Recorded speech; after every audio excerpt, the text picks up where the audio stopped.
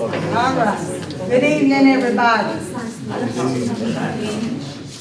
Good evening, everybody.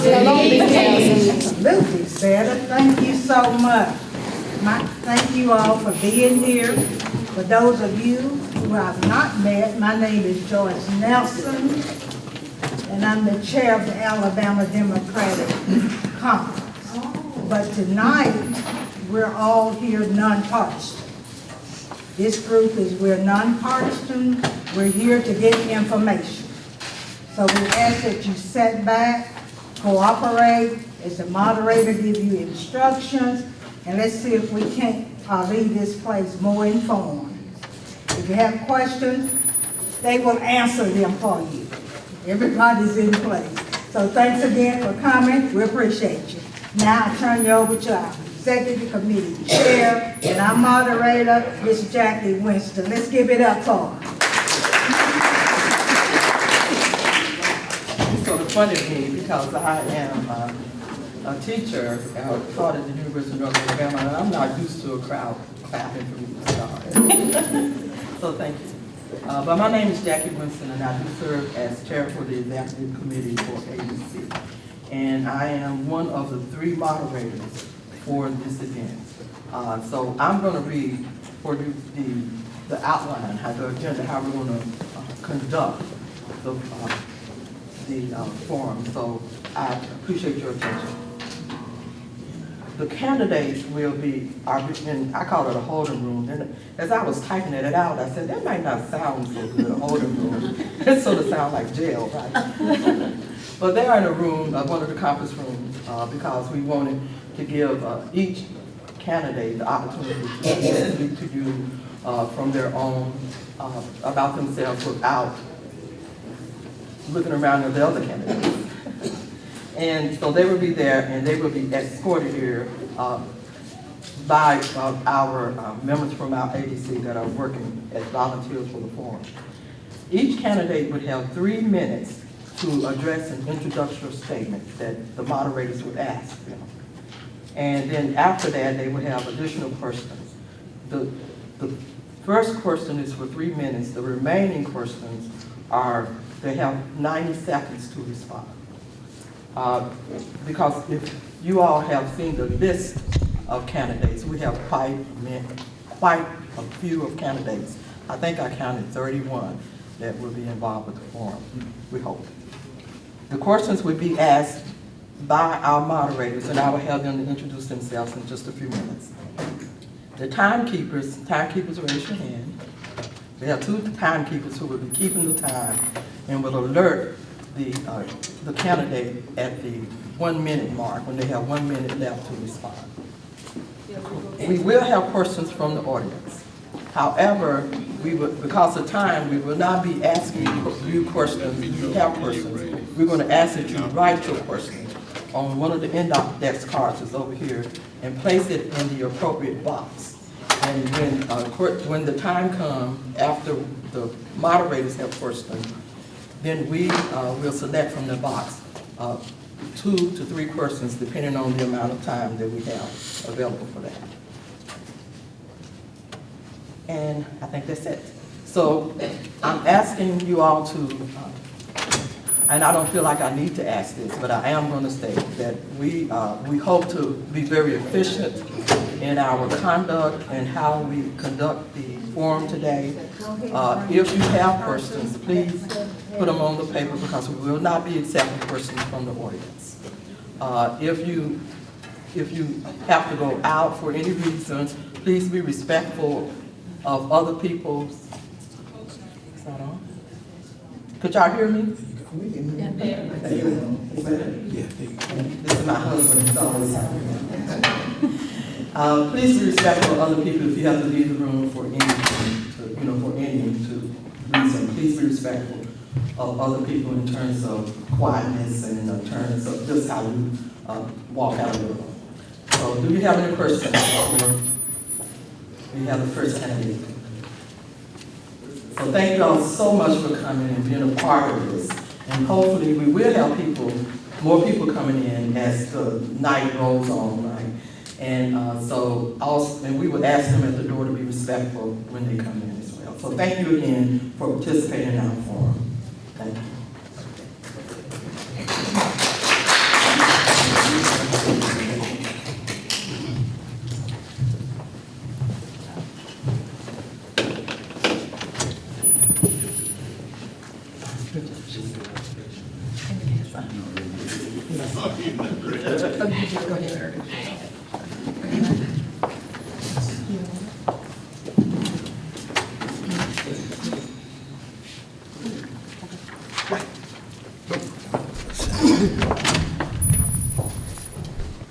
I'll be introducing myself, but first there's one thing I want to do. Let's bow our heads.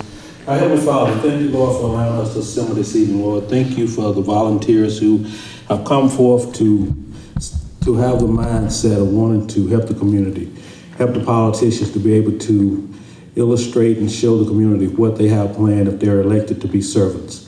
And Lord, let them understand and know if they are elected, they are servants of the people who put them in office.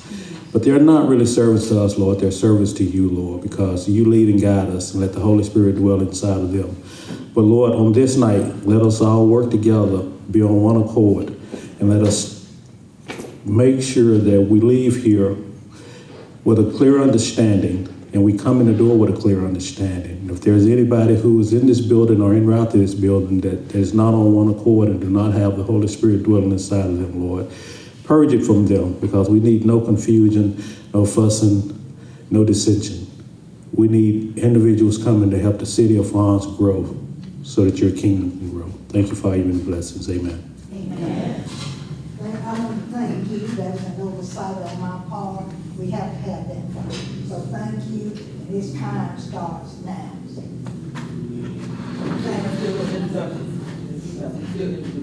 However y'all want to.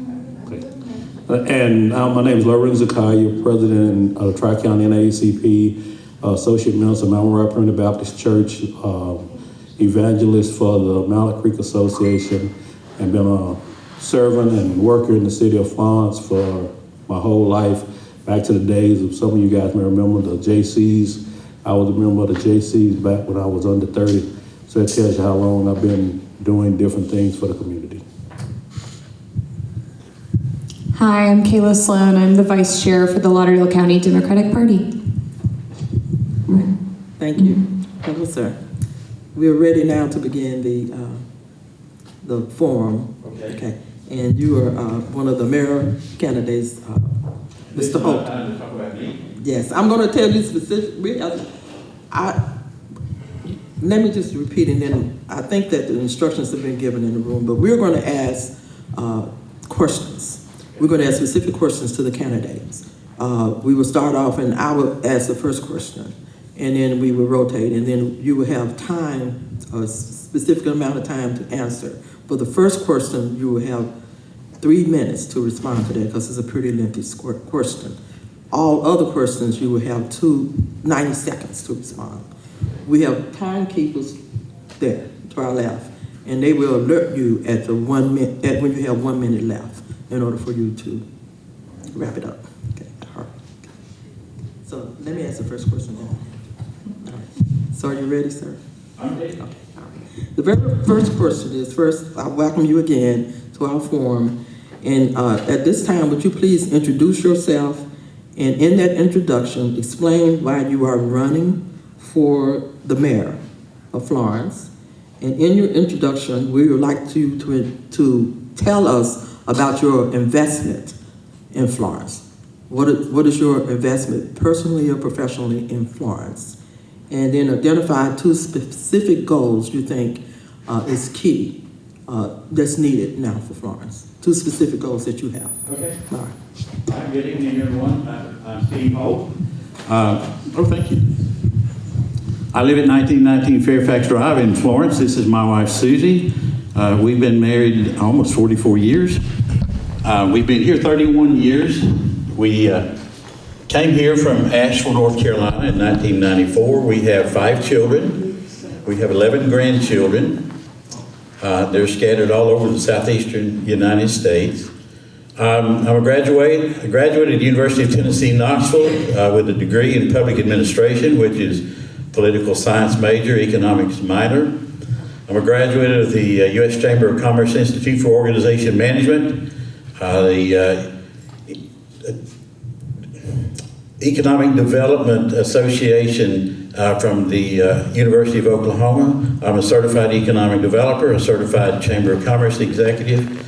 I've had extensive training in community development, economic development, spent my entire career in that area trying to locate jobs and building communities. So the reason I've been mayor, I served for mayor from 2016 until 2020, and we were really blessed. We had a lot of really good things happen, and then I lost the election in 2020, and I wasn't finished. So I want to continue doing some things, and I've been heavily invested in this community. I've been involved. We go to First Baptist Church. I'm a Sunday school teacher there, have been for 20 plus years. Our two youngest children have gone through the elementary school and the high school system here and all through University of North Alabama. Both of them are graduates of UNA. Our son John lives here. He's a nurse anesthetist. Our daughter Allison lives in Auburn, and she's a stay-at-home mom right now with 3 children. And 1 minute left. My most concern for this community is jobs. It's always been jobs, and during my time as mayor before, we located over 500 new businesses and created over 3,000 new jobs. But that's not enough. Those were not the best jobs, or were not manufacturing jobs. We've got to have land in order to develop an industry here, to attract industry here. I also want transparency. I'm concerned that they cut off the ability for the public to respond to the Facebook's presentation of the council meetings. I don't know why they did that. The first thing I would do is make sure we reestablish that, because I think you have a right as citizens. You need to be able to talk to us, and we need to be able to talk to you.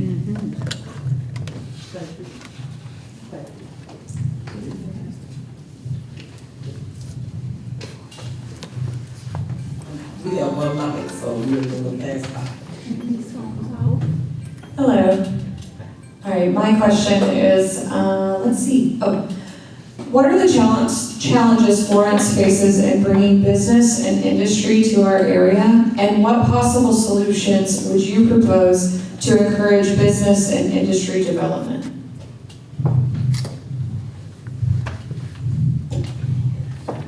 The first challenge for manufacturing is we have a large industrial park at the end of Helton Drive.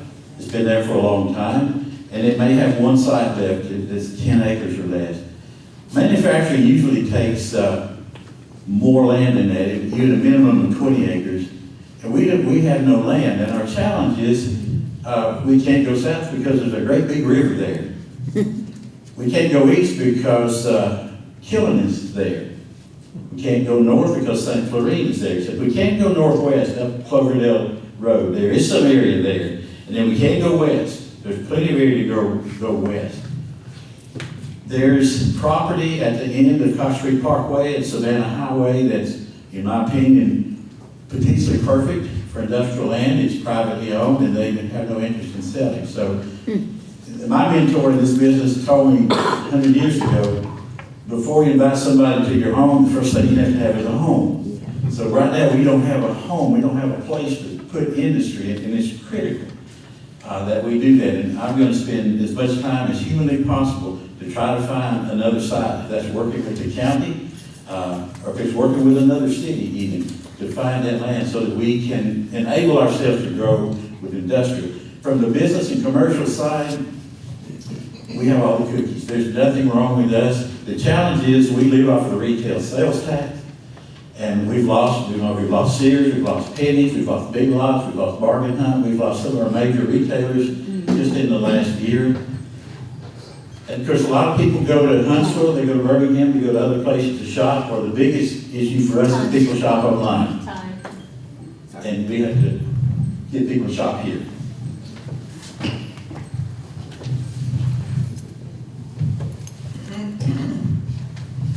So, second question, sir, is how will you make sure municipal board appointments and hiring processes are transparent and that applicants for those positions are recruited from all districts.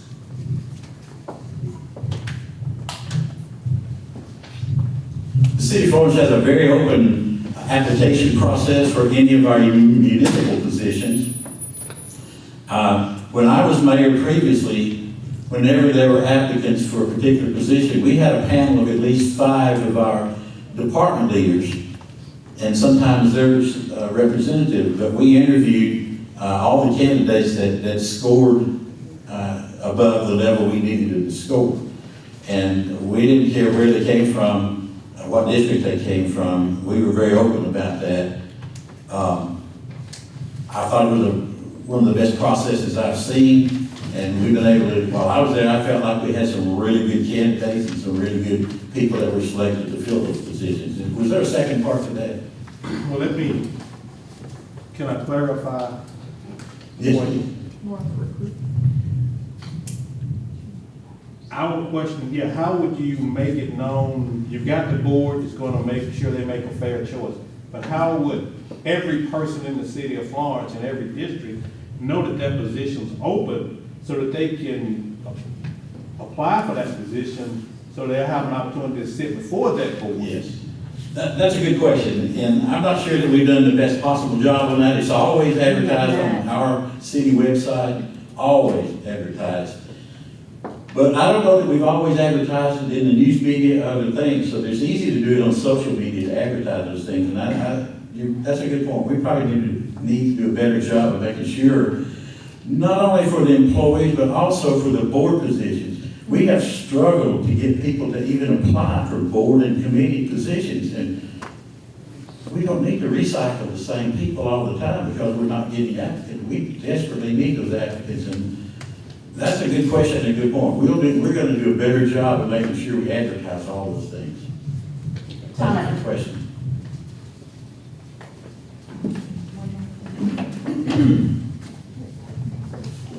Florence has an identity crisis, according to some residents, put it that way. And they want to know, are we a college town, a retirement location, a tourism hub, or something else? What is your vision of Florence, and how does your vision fit in with the city's comprehensive plan? First of all, I think Florence is all of those things. We've been blessed with tourism. We've been blessed to be a core commercial center for people within 50 to 75 miles coming here to shop and to visit. We're blessed to be a university town that now has at least 10,000 students. We are a music city. We don't want to let go of that, and we sure don't want to lose it to Huntsville. I think we have to fight hard and make sure we don't lose that to Huntsville. We need to grow more in manufacturing. We're not well known in that. We used to be, but we've lost, in a 10-year period, we lost 10,000 manufacturing jobs, and we can't do that. So my vision is that we keep doing all those things, that we not be known for one particular thing, but we be known for all those things, and among those, that we're a really good place to live. If nothing else, that people know us outside of this community, that we're a friendly community, that we welcome people, that we welcome outside investment, we welcome outside relocation. And I think that gives us a balance that frankly gives us a little bit of an edge over other communities that maybe have all their eggs in one basket. And right now we don't do, in my opinion, we've got all the cookies. But we need to do a better job of building ourselves and building our future because we're a little complacent.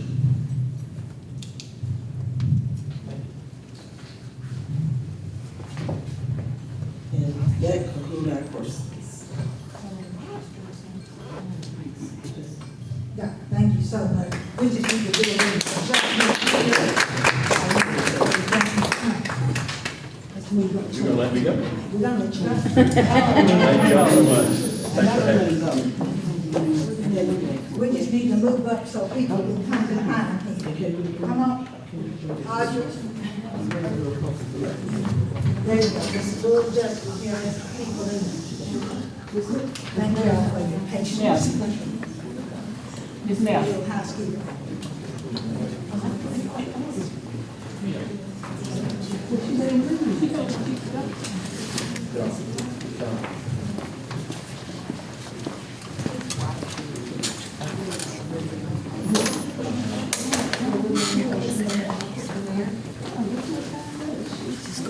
Suzanne, have a seat. Turn your phones off. Turn your phones off. You remind me.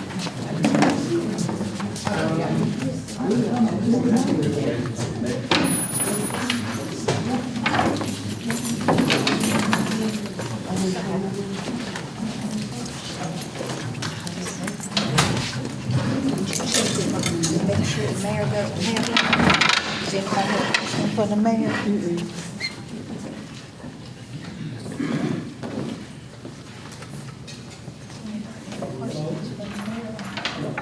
How are you doing? I'm doing good. I am going to start off with the first person, and first we'd like for you to introduce yourself to us. And in your introduction, please explain why you are running for the mayor of Florence, and including your investment. Please address your investment in Florence, and then identify 2 specific goals that you see are significant. Should I get the microphone on? Yes. Speak loud. Good evening, everyone. Good evening. I am Christian McCoy, and I'm honored to be the youngest mayoral candidate in the history of Florence, Alabama. And thank you. Thank you all so much. I didn't need a title in order for me to start becoming active in my community. I've already spent time with the elders in the nursing homes, who felt abandoned by their families. I've already walked alongside the veterans who went and fought for this country, but yet they came back to the city of Florence and they had to fight for their own basic needs. I've stood alongside those in recovery from substance abuse who said that our own city officials never gave them a voice and they just locked them up in jail instead. And now I've mentored our youth, our young teenagers. I gave them a shoulder to cry on because they lost their parents and all they needed was guidance. And so I didn't need a title, I didn't need a paycheck or any type of political power to start serving my community, because this is where my heart lies. And this is where I belong, because I'm here to serve. So I spent the entirety of my life finding my identity, finding my purpose, and serving my community. Because I'm not here to repeat the same cycle and expect different results. I'm here to make change, to make history, and to make an impact within my community. And so as far as my policies and my vision, the top 2 priorities that I have right now is, it actually falls under Plan 256, which is an initiative, a bold, vibrant initiative called Plan 256. And it's about creating 256 new jobs within my first 2 years in office. And so Plan 256 is essentially a representation of our area code, but also our identity. Because it's about bringing back that pride, that appreciation for what we have. I was taught at a very young age that we cannot bring in new things and new people if we don't learn to appreciate what's already here. If we can't appreciate what we have, then that's the problem. So I'm here to address that, to have the tough, uncomfortable conversations and make sure that you all are my priorities. So as far as the top 2 things that I plan to do for the city of Florence, one of them that I'm already working on is public transportation. One of the things that I've done these past 4 months is I've been taking the NACOG buses myself. Everywhere that I go, I take the NACOG buses. And what I do is I analyze the condition of the bus, the interior, the exterior, their punctuality, their reliability, because what I have come to understand is that the majority of those passengers are residents in Florence who may be on dialysis and they need medical support. It's the international students at UNA who have no vehicle. And it's people who have been working time and time again, but yet they still come up short. And so they need transportation. Listen. You have another question. Thank you for that introduction. And for the next 2 questions, they'll be 90 seconds, so a minute and a half. How will you, oh, sorry, wrong question. What are the challenges Florence faces in bringing business and industry to our area? And what possible solutions would you propose to encourage business and industry development? As far as bringing and recruiting new industry, one of the main issues that we have is that the city of Florence is technically running out of land. But aside from that, as far as bringing in businesses, we need adequate representation. There's money, there's funding out there, there's resources and programs that can help our veterans, they can help those who are formerly incarcerated, it can help individuals who may have been out of the workforce for a long period of time and maybe they need employment again. So there are programs that are available, but now we need adequate representation to go out there to bring the funding back home. And so that's what I'm here for, to continue to find these resources, to understand and dissect these resources, and to implement it throughout the city of Florence. It's important that we really consider everyone. This isn't about serving one demographic of Florence. It's not about serving the elders or just the youth. It's about serving everyone. So until someone can step up in this position of mayor, become a public servant, and continue to serve our community, then there will always be a shortcoming in the city of Florence. So what we're doing now is not only partnering with state and federal leaders, but we're partnering with the people right here in our community. We need community leaders to come together because my voice is a reflection of your voice. And in order for me to serve you, I have to be open and receptive to all of your feedback, to your advice, to your suggestions. And if I'm not, then I'm not doing my job as a public servant.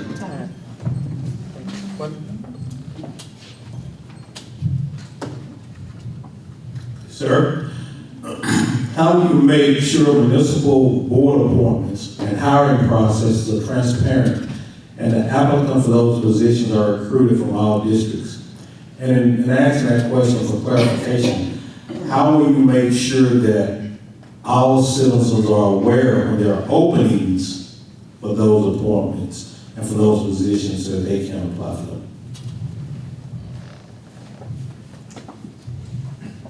When it comes to bringing awareness throughout the city of Florence, it's important that we utilize all communication forms, not just social media, because we have elders, we have younger people who may not use social media. So the best approach is word of mouth.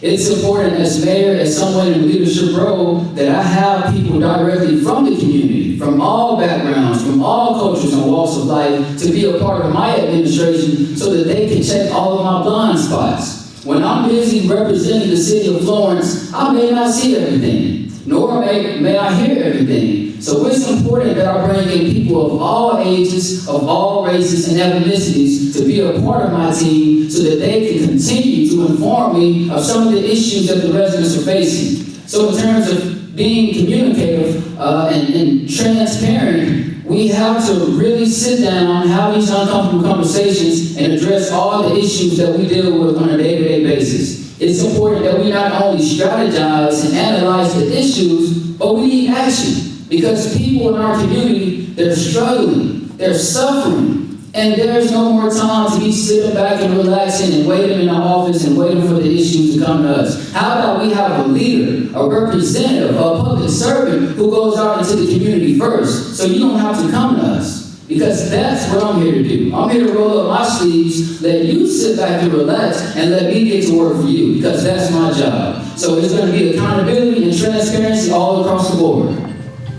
Thank you. Last person. According to some residents, they feel that Florence has an identity crisis. Are we a college town, a retirement location, a tourism hub, or something else? What is your vision for Florence? And how does your vision fit in with the comprehensive city plan?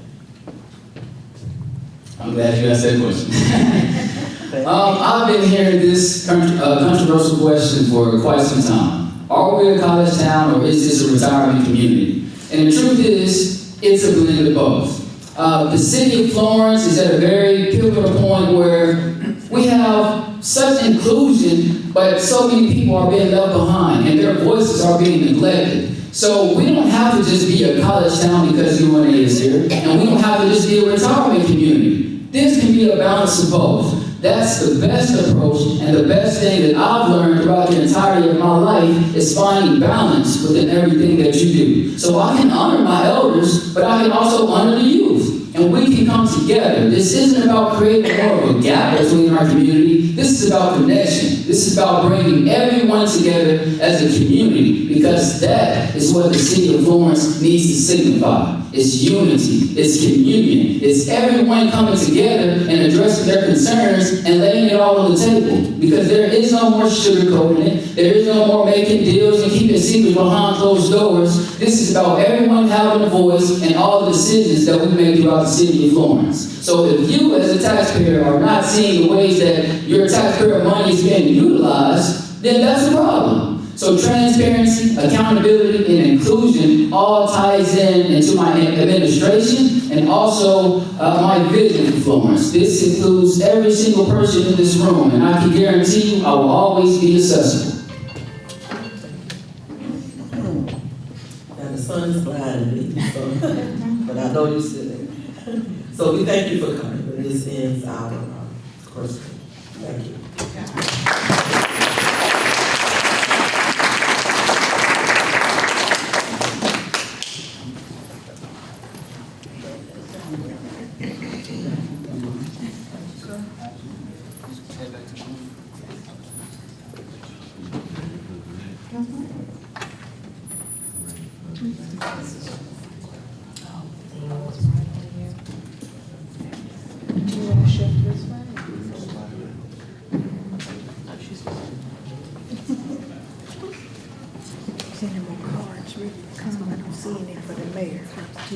Are there any cards for the mayor?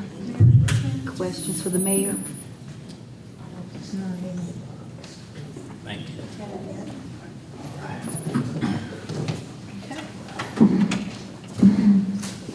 Right here. Right there. My name is Jackie Winston, and I'm going to have the first person from me. Would you please, the first person to say, if you would please introduce yourself. And you have to excuse me if I switch because the sun is competing. So I'm going to scoot back. All right.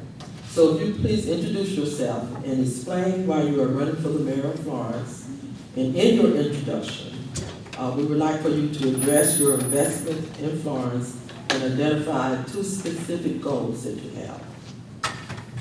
And you have a total of 3 minutes to address those things. And at the 1 minute mark, when you have 1 minute left, this is for the timekeepers will notify you that's sitting on the documents. Okay, is that, you got that over here too? No, I can repeat. Okay. First, just introduce yourself. Okay. Okay. And then explain why you're running for the mayor of Florence. And then when you're introducing, tell us, address your investment, your personal and professional investment in Florence, and then identify 2 specific goals. Okay. And as you go, if you need me to repeat it, I will. Wow, I'm looking out here now, I see a lot of people I know. My name is Billy Ray Simpson. Excuse me. Oh, that's what it is. My name is Billy Ray Simpson. I was born and raised on the west side of Florence. I've been a minister for 40 years. I've been working in our criminal justice system, going to work release for almost 20 years, going to our public forum, not public events, city council meetings for over 20 years. I've got to meet 5 mayors since I've been going there. I've seen mayors come and go. City councils come and go. First started working and supporting Mayor Jordan, Mayor Ines, Mayor Haddett, Mayor Holt, and Mayor Betterton. I never go to attack and work against anybody. I work for everybody. And I think that's something that we need more than anything else, is unity in our city. With 20% poverty rate in our city, I can see where some things need to change. And so this is one of the things I want to change. For one thing, I want to bring unity. When we have unity, we'll be able to stamp out greed, racism, sexism, and all the isms and schisms that separates us and divide us. When God created us, He called us all human. But when man fell, now we fall into different groups, and different groups work against each other. So in order to have real unity, you need to know the truth. Jesus didn't come to start a new religion. He came to start a new government, and He called it the kingdom of heaven. What you have to understand is God is not a Christian. He's not a Muslim. He's not a Jew or a Gentile. He's not a Republican or a Democrat. He's not a male or a female. God is a spirit. And they that worship Him must worship Him in spirit and in truth. God is love. How can you say you love God in whom you've never seen, and you hate your brother that you see every day? We have to be educated on our Constitution, our Declaration of Independence. Because when the wolf and the dictator come, if you don't know your rights, he can take them away from you. So this is why it's good to be educated. Educated. And that's fine. We do have additional persons. Okay. If I could have the mic back. We only have one mic, so we're sharing. Thank you. Hello. All right, what are the challenges Florence faces in bringing business and industry to our area? And what possible solutions would you propose to encourage business and industry development? Well, I don't believe the best businesses that want to hire a lot of people wants to come to Alabama because it's a racist state. We have too many divisions. Too many of our black children are incarcerated. If they're not incarcerated, they're not able to get their own place. They're not able to have a family because they've been screened out of jobs, screened out of families. They plant dope in the neighborhood and wait for them to get the dope and then arrest them. And so we have to understand that laws divide us, but only love unites us. Was that a good answer for you? I might have missed that. We have two more persons, yeah. How would you make sure municipal board appointments and hiring processes are transparent and applicants for these positions are recruited from all districts? And just to kind of put a little explanation on that, how would you make sure that all districts and all individuals are aware when those board openings are there so that they can apply for them, so they'll have the opportunity to be chosen because they did apply for them? Well, I'm glad I'm the only candidate that's speaking right now because I don't really like to let my strategy loose where other people can steal it. That was our strategy. Yeah, okay. Okay. Well, you know, things are pretty simple when you live in a constructed, organized home. You learn and you practice, especially when you got children, how not to make them jealous and mad at each other, because they're not only listening to what you're saying, they look at what you're doing. And what we got to understand is that we got some problems in certain areas where they need to be fixed. And when you have a reasonable, just mayor that has an overview and considers himself a person that wants to see all of his city and citizens prosper and be protected, you have to resort to understanding that all of them is yours. And that shouldn't show any favor between them. The one thing I want to do is, once I'm mayor, I'm going to call my city councilors, the one that won. Is that Okay, I want to be obedient. I hope that was enough. But I could go along. There's one more person. There's one more person. Florence has an identity crisis according to some residents. And the crisis is, are we a college town, a retirement location, a tourism hub, or something else? What is your vision for Florence? And how does your vision fit in with the city's comprehensive plan?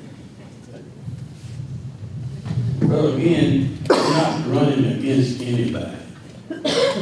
I'm running for mayor. And like I said, a mayor has a different job than other people have. I have maybe 23 department heads. We have council members. We got to treat people with honor and respect. But there's one thing I don't do. I don't accommodate people that's going to attack me. Because if you attack me, you feel like you can attack anybody that works for me. So my job is to attack you back. And so I don't believe in being kind to the devil. When I see a devil coming, I'm going to deal with it. So we need a powerful mayor that's not afraid of the police, not afraid of getting police arrests, because laws are for all of us to follow. And that's what I have done, working with the police department. I've got some criminals put in jail on the west side because we want people to have peace on the west side. I have to report some abusive police to the chief. So that's not a job for somebody scared that don't want to stand for what's right. And you've got to have somebody with a backbone. You've got to have somebody that knows the rights and knows the wrong. And the problem we have is we just been letting people get away with stuff that got a position. Well, thank you. And we thank you for coming today and participating out.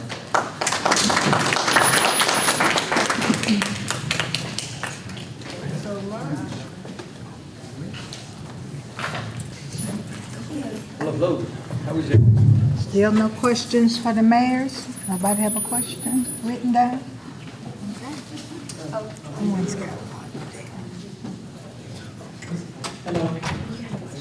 How are you? I'm doing good. How about you? I'm doing very well. Yes, my name is Jackie Winston, and I'm one of the moderators for today. And I think it was explained to y'all, and we will be asking questions from the audience. So the very first question has to do with an introduction. And we appreciate you coming to the forum today. Thank you for attending. And we are asking you to introduce yourself and explain why you are running for mayor. And in your introduction, we'd like you to address your investment in Florence and identify 2 specific goals that you have for Florence.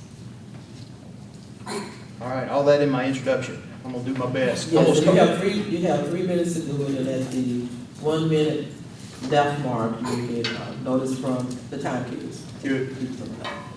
Thank you all for being here. It's great seeing such a good crowd. My name is Ron Tyler, I'm sorry. My name is Ron Tyler. I am the retired chief of police. I spent 29 and a half years with the Florence Police Department. My last 12 years were as chief of police, and I'll come back to that. But I want to answer one of her questions first, why I'm interested in running for mayor. The reason that I want to run for mayor is, I'm going to summarize it by saying this. I want to be a part of the team that makes decisions today for a better Florence of tomorrow. I have married my wife, Cassie, for 32 and a half years. We have 4 boys. She's a retired special ed teacher, I should say that. I have one son who's in Kansas City who is will be 25 next week. I have an 18-year-old. I have a 9-year-old and a 7-year-old. We adopted a 9 and 7-year-old out of Lauderdale County foster care system. So those are our 2 little boys. I want to be sure my children and your children have a place where they can grow up, get a great education, be prepared for the workforce. I got a fly flying around, I'm so sorry. be prepared for the workforce, be able to get a good job, buy an affordable home, hopefully find a wife, get married, raise a family, and repeat the process. And I want that for my family, and I want that for all of your families. So I want to be a part of making decisions today that will ensure we have a better Florence tomorrow for our children and for your children as well. When I was chief of police, I was there again for 12 years. I managed 150 employees during that time. And over the 12 years, I averaged about $10 million for my budget each year. So I had a $120 million cumulative budget that I was able to manage while I was there. During that time, I had a lot of opportunities to build relationships with educational leaders, business leaders, nonprofits, clergy, just other stakeholders in the community that I received feedback from that helped me calibrate where we needed to be as a police department providing services.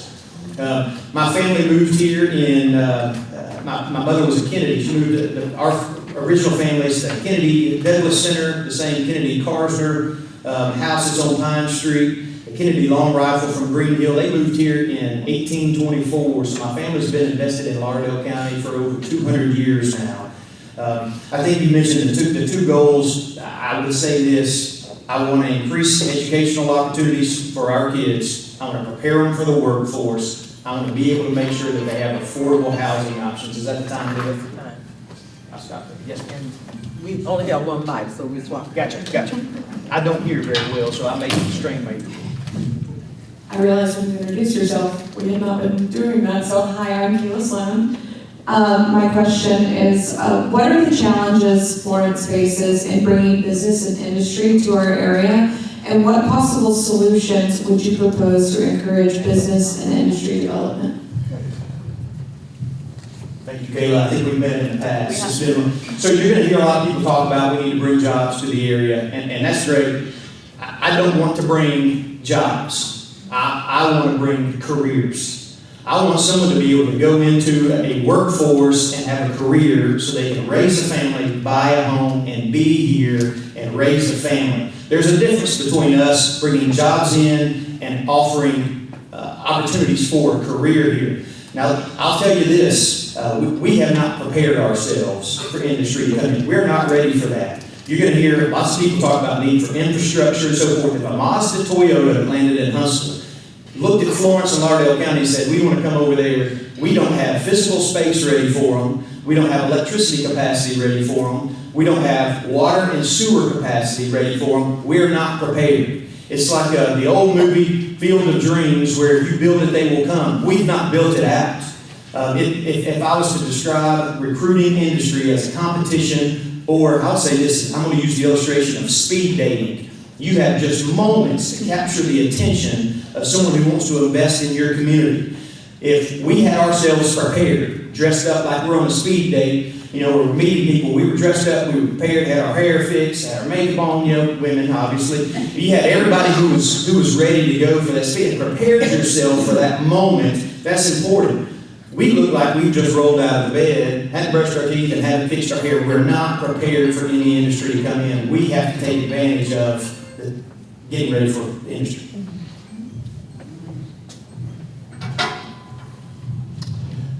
My name is Lorenzo Collier. How will you make sure municipal board appointments and hiring processes are transparent and that applicants for these positions are recruited from all districts? And just kind of put an extension of that, what would you do to ensure that the word is out to all individuals in all districts when these openings are there so that they can apply versus hearing about the employment after people have been put in place?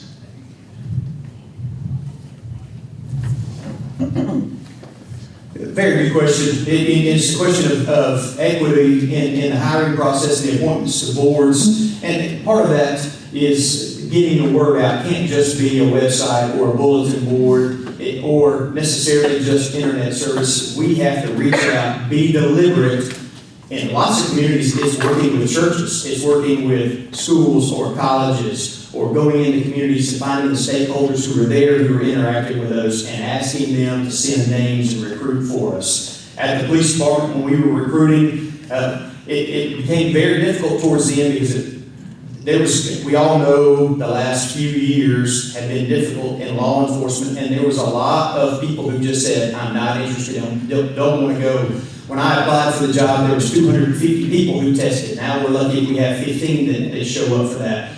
But we have to do targeted recruitment where we go to the places where individuals are, a diverse group, utilize churches, you know, and in West Florence it'd be Trevor Crenshaw, it'd be Bill Rowell, it'd be, Pastor Mark. We'll use all those people to target, find those people who are interested, help spread the word, utilize local community organizations to get word out. We can't just rely on, hey, we're going to post it on the internet and wait and see. And wait and see, people see it there. So as opposed to just waiting for people to come to us, I think we have to target recruitment, and we go to them and take that message to them. One last question.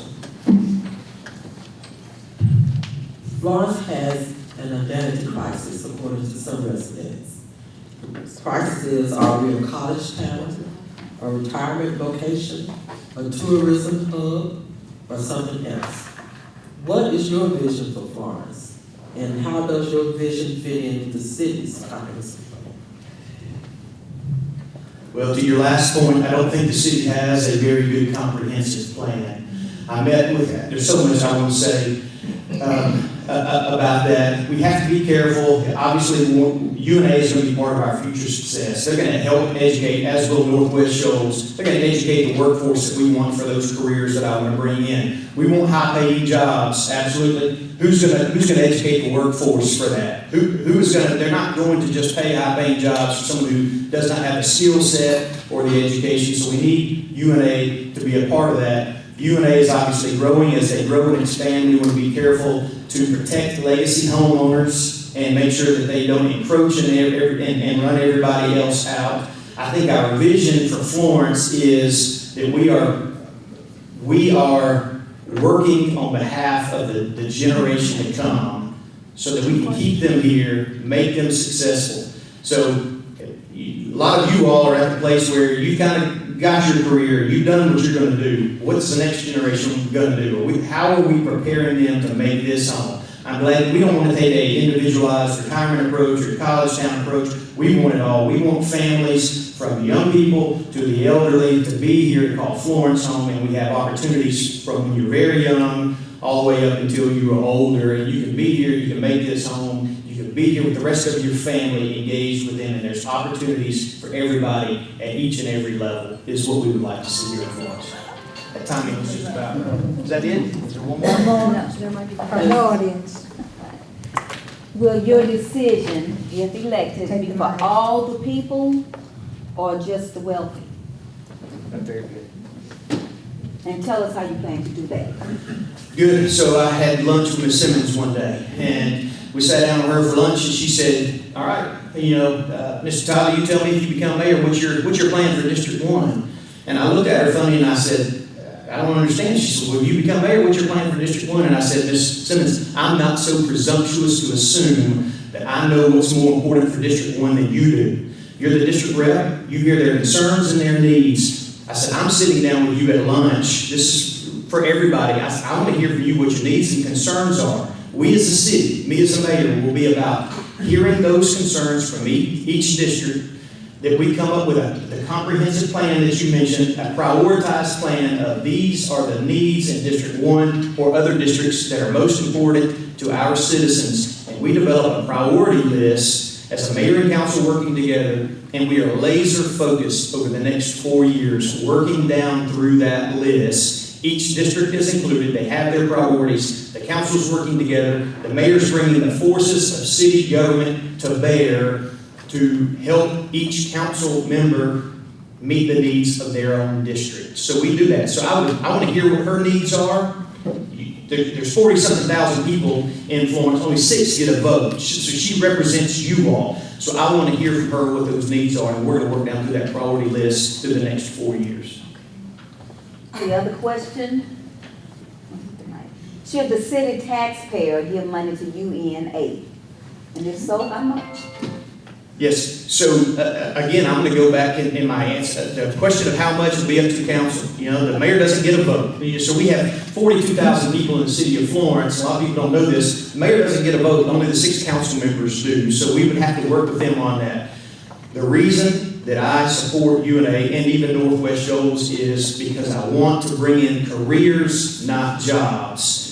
And if we are going to prepare our young people for those careers, we're going to have to teach them a skill set at Northwest Shoals, get the certifications that they need, but we're going to have to provide the education. And UNA is going to be the people who educate the folks and prepare them for those careers. If we want nurses, there's no one else to do that. So we're supporting people who are preparing our workforce that are making us ready for those jobs to move in here. If there's industry looking, they want to see, do we have a ready and prepared workforce? Do we have people who are capable to run this business if we want to invest it there? They want to look and see is who's preparing them, who's training them. And we can go look, we've got Northwest Shoals providing a skill set, and we've got UNA providing the education. We can meet the needs of any industry that wants to locate here because we have 2 facilities who are ready to train and prepare you. And so yes, I do support us, the city, supporting UNA. One more. Do you agree with the sale of ECM property? I wish I knew the details of that. I agree with the sale of it. The price would be the issue. I think that's everybody's concern. Was it done fairly? Was it opened up for bids? Did we allow other people to have the opportunity to weigh in on that? I don't have those specifics. Look, all of the empty lots, and I told Miss Harvey, who's running, the other day, she talked about concern for blight in District 1. Don't like the blighted properties. I said, Miss Harvey, I don't like the blighted properties either. I don't want us to be about just going around and cutting those vacant lots and keeping the grass cut. Let's sell those empty properties, the vacant lots, to developers who can put affordable housing, put duplexes or apartments here. So just like we sold UNA's property, we want to do it for a fair value. Let's take these empty lots that are overgrown now, get them cut, and let's sell them to people who want to put houses on them for affordable housing opportunities for people in West Florence or whatever. So if there's excess property around, I absolutely want to sell it so we can utilize it for a return on community investment. That's what I'd like to see. Thank you very much. Anything else? Thank you all very much. Appreciate you being here.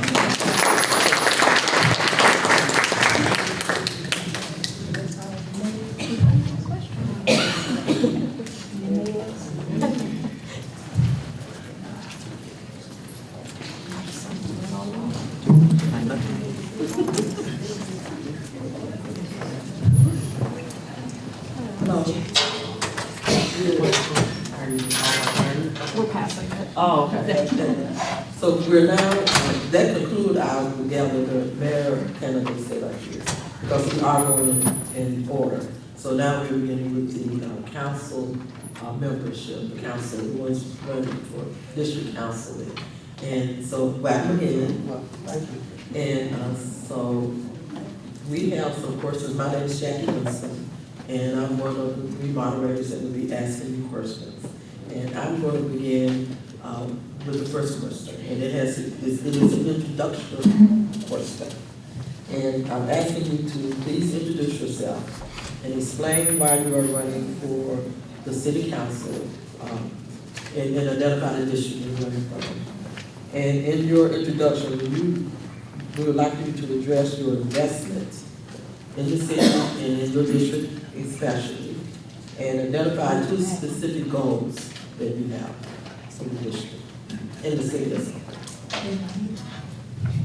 Good evening, everyone. My name is Stephanie Carter. I am running for District 1 council lady or person. I've been a resident of Florence for 43 years. I graduated from Bradshaw High School.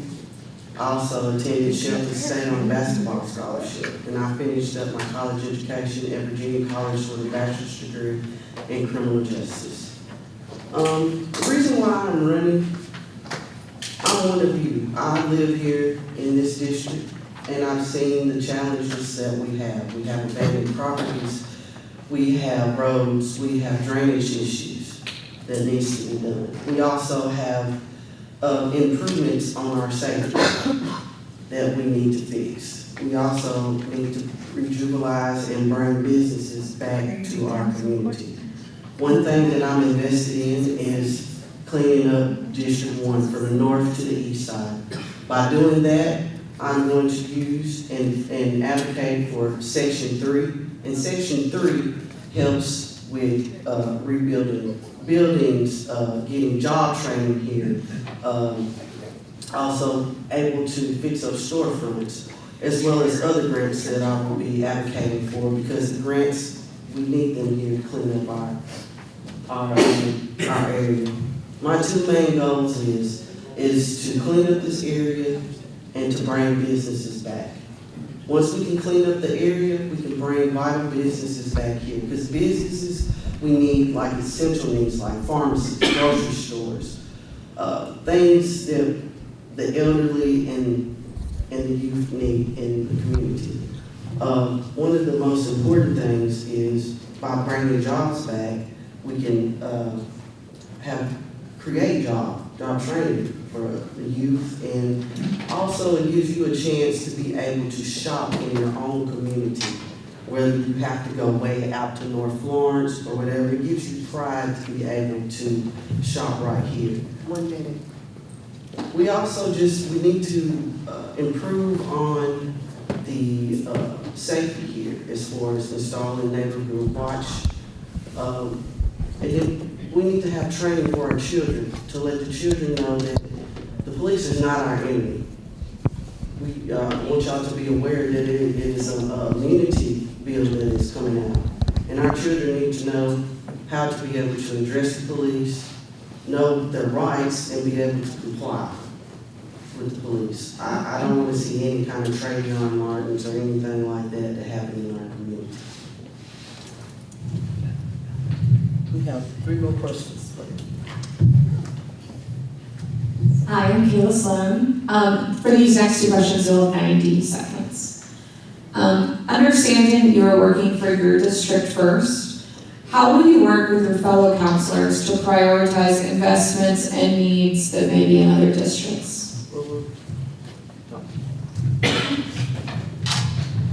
Well, we would work together as a collective. First, we need to sit down and look at the budget and see what we can cut and what we can keep. Because there is a lot of bad spending that's been going on in the city. But we would have to work together and just come up with ideas that would help every district in this city. Just basically talking with one another, looking for grant work, looking for things that we could bring jobs into the city.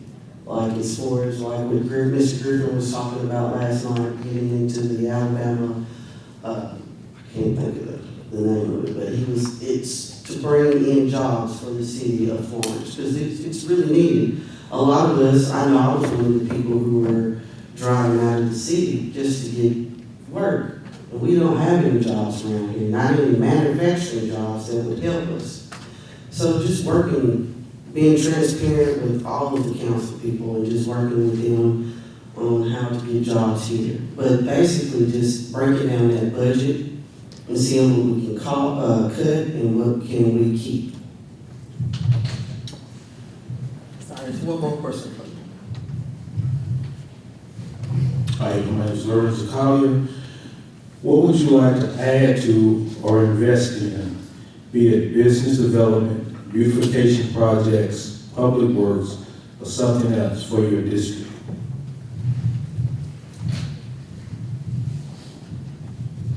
I would like beautification to bring back into this area, basically so other people in the district will want to feel friendly to come over here.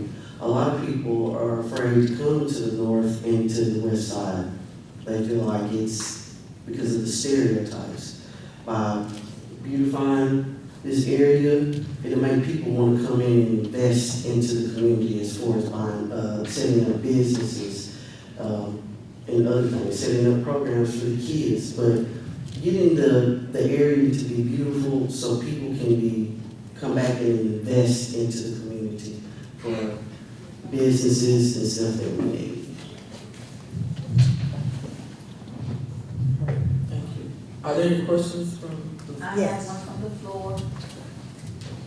Why do you always say for all people when you are voted to cover District 1? For all people? Because as a council person, yes, I know I'm supposed to be the voice of District 1, but I also have other concerns in the city. I want to see the city to go further. I want Florence to grow. Our tourism is big. We need to jump on that, so I want to be a part of that. And bring jobs back to the city. You know, there are people like me, between 40 and 35 and 45. We need jobs, and why should we have to go away to Huntsville or Decatur to work? We should be able to work right here in our city. So working with the mayor and other councilmen to try to, I guess, make this area look, what I'm trying to say is, to invest in this area. That's what I'm trying to say. So working with everyone, you know, District 1 is just not the only thing that I want to go work with. The city, I love the city. I just want to work in all areas. If I can help other districtmen, then that's what I want to do. Thank you. Thank you. Well, we thank you for joining us. Is there another question?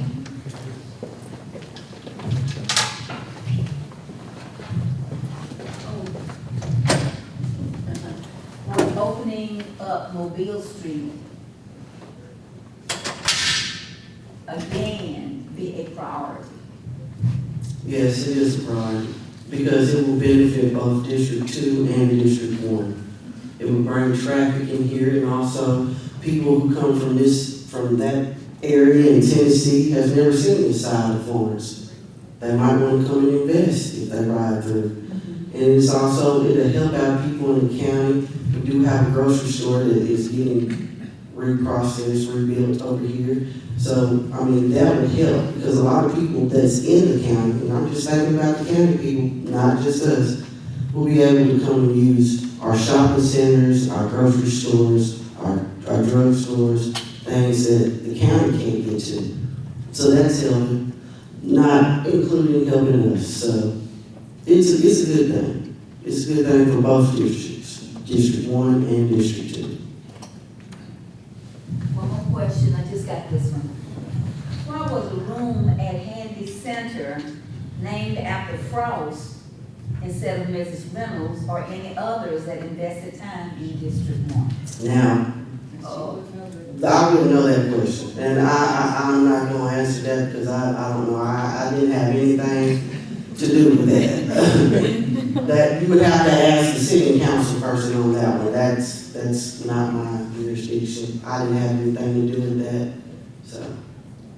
Thank you.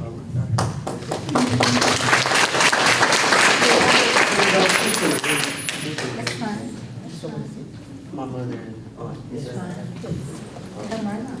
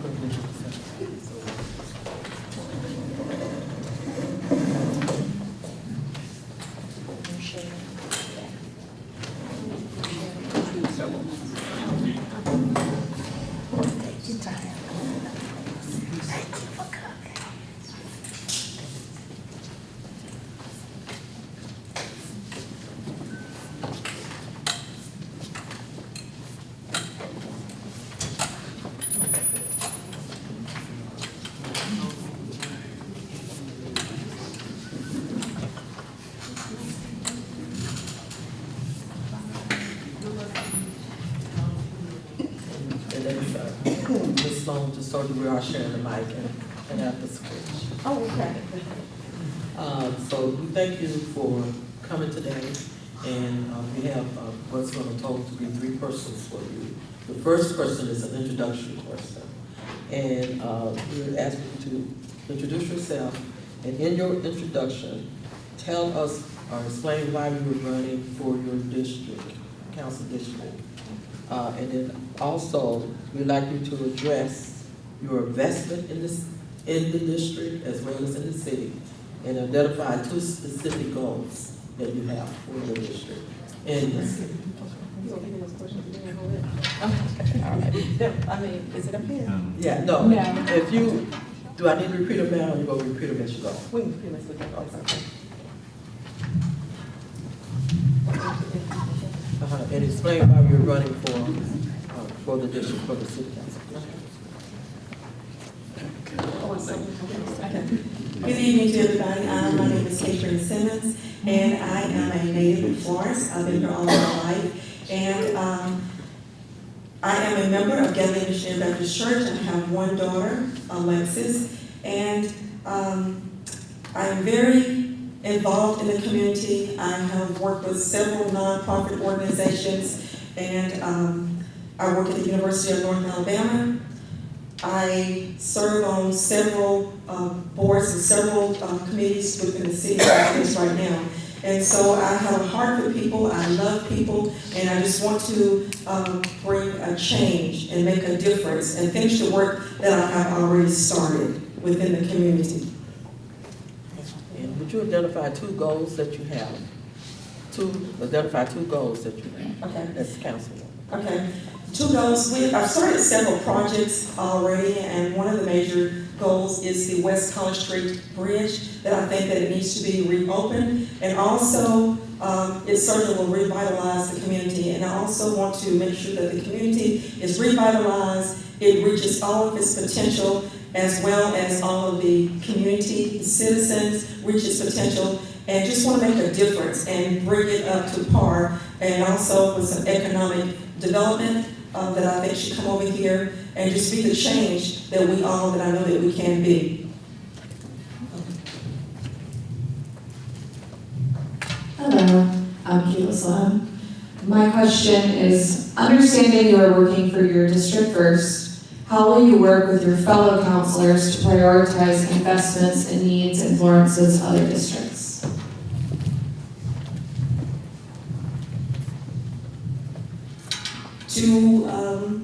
We'll build relationships with the fellow council members, and I know we're about to have a change with that, so build relationships, talk, support one another, talk about the projects, and prioritize. I think that is very much so important that we do that, build a coalition and talk about the projects and prioritize these needs for the city in each one of our districts. You have to do that. We only have 1 voice and 1 vote, and you can't move policy with that because it takes 4 votes to move anything within the city. So change is inevitable, and I just feel like that we would have to build that coalition and talk about what is going on, what is happening, and let's make those changes for the betterment for all of our citizens and for the city of Florence in the long-term range.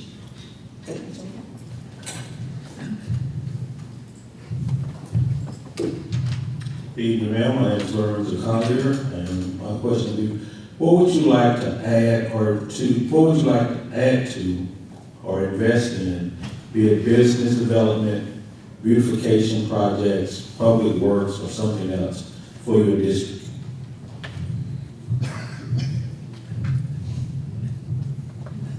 As far as the beautification, I certainly would like to see the district,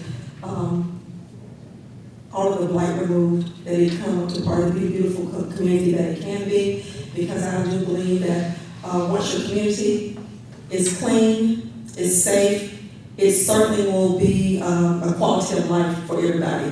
And as far as, I think you said economic is inevitable. I think when you don't invest back into your community, it becomes stagnant, it becomes like a crime area, and we certainly don't want the crime here. So building relationships with the police and community policing, that is certainly important. Building rapport and more relationships with the community. I've always had community meetings. That is something that I certainly would continue to do, to listen to the community, hear what they have to say, get their input, and to certainly to move forward on things that we need. And infrastructure is a major concern and a problem too. I would just encourage to continue to always inform them and be a part of it. I think that when we see something, we shouldn't have to wait till a community meeting. I'm very accessible. Call me and let's address those needs as it is at that time. Are there any questions? Related for them? Don't shoot the messenger.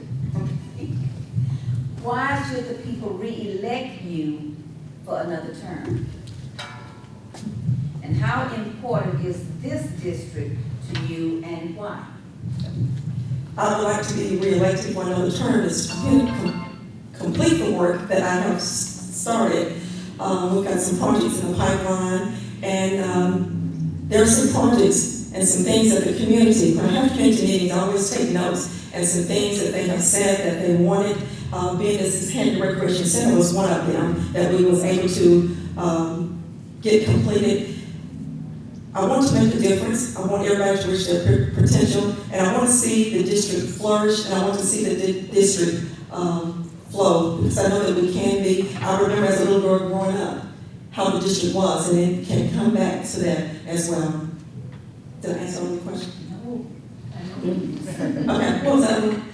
How will you help to bring businesses back to the west side of Florence?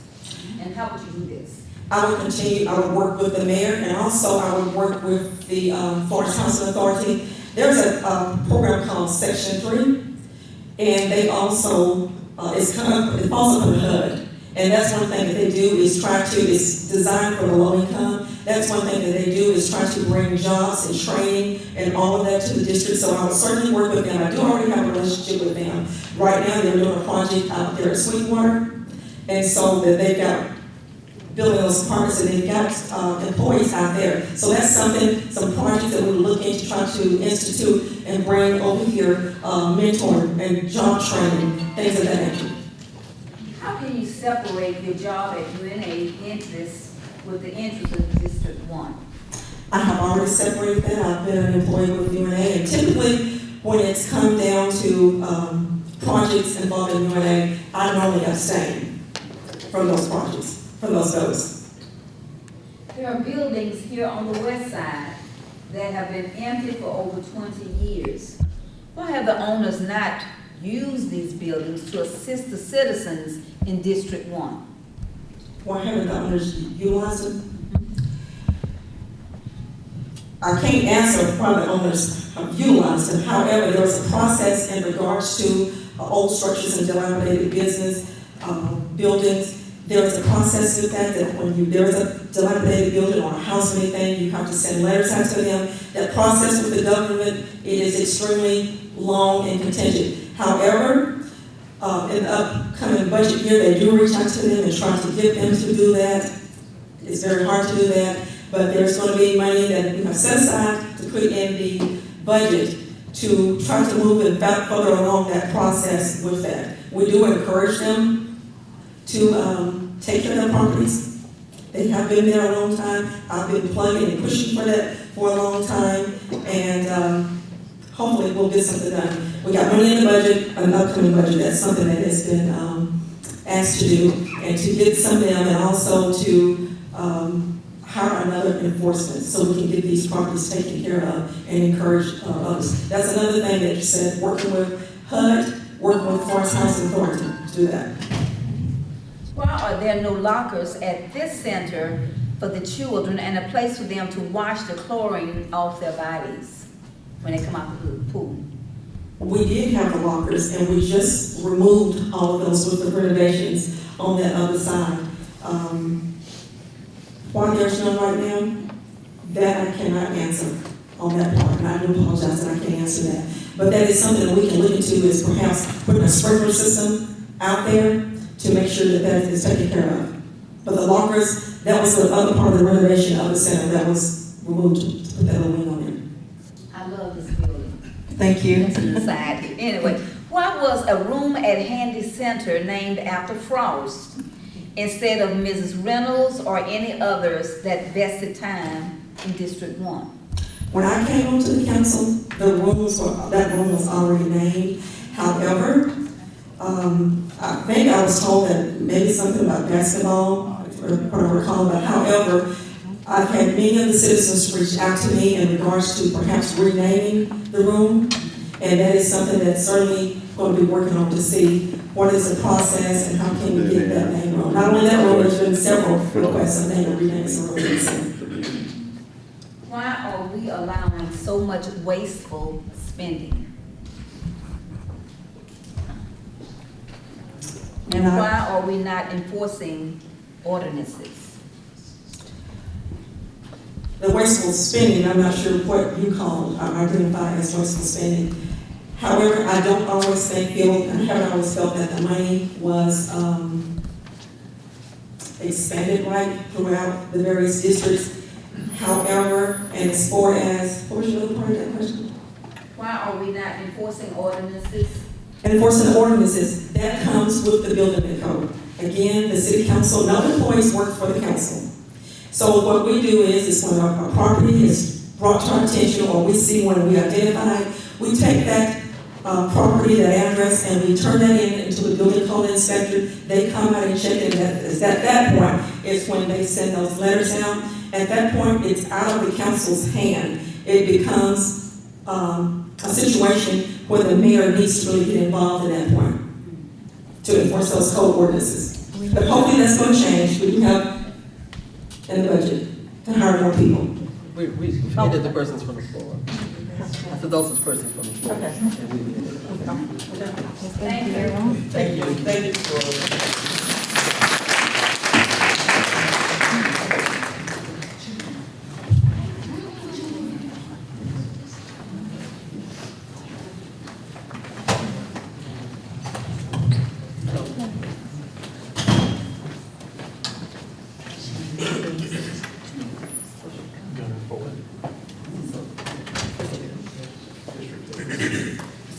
We have a District 2 candidate, Gunnar Ford, is that correct? Yes, ma'am. And my name is Jackie Winston, and I'm one of 2 moderators that will be asking questions today. So I'm starting out, first person. And the person is actually a person that will introduce you to us. And the person is to please tell us your name, you already did, but you can say it again, and explain why you are running for the city council district that you're running for, and tell us your investment, your own personal professional investment in the district, in the city as well, and identify 2 specific goals that you have. All right, good evening. My name is Gunnar Ford. While I wasn't born here in Florence, I chose Florence. I grew up about 5 miles west of Cherokee, out in the middle of nowhere, but this city is where my family shopped, played, competed, learned, and made memories. So as soon as I was old enough to make my own way, I planted roots here on purpose because I believe in Florence and I believe in its people. I'm a small business owner, and for over a decade I've had the humbling honor of walking with families in our community through their darkest hours. I own and operate a mortuary here, and in that work, you learn quickly how to listen, how to serve with compassion, and how to show up with integrity, whether anybody's watching or not. I'm running for city council because I see some things that I can't ignore any longer.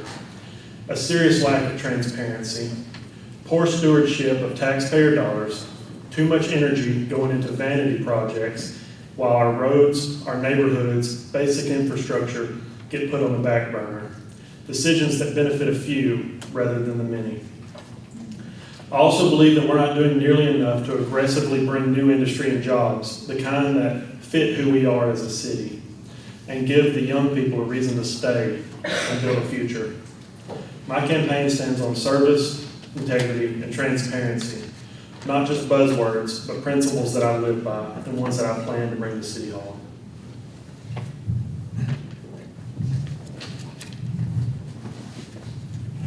Hello, my name is Keila Sloan. My question is, understanding you are working for your district first, how will you work with your fellow councilors to prioritize investments and needs in Florence's other districts?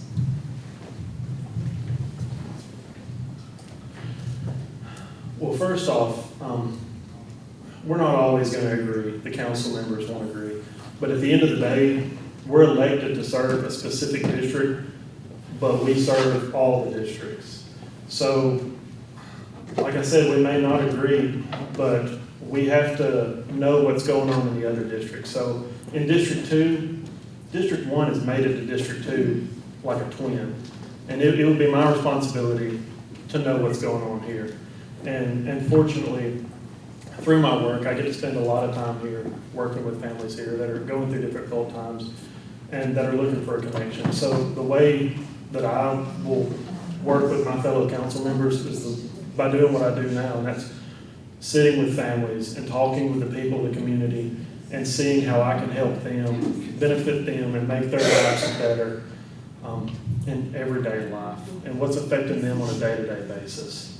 So, I mean, working with the other council members, I think that starts with working with the people in their council, or in their districts. So that's just addressing it for the people first. Good evening, sir. My name is Lorenzo Collier. And my question is, what would you like to add to or invest in, be it business development, beautification projects, public works, or something else for your district?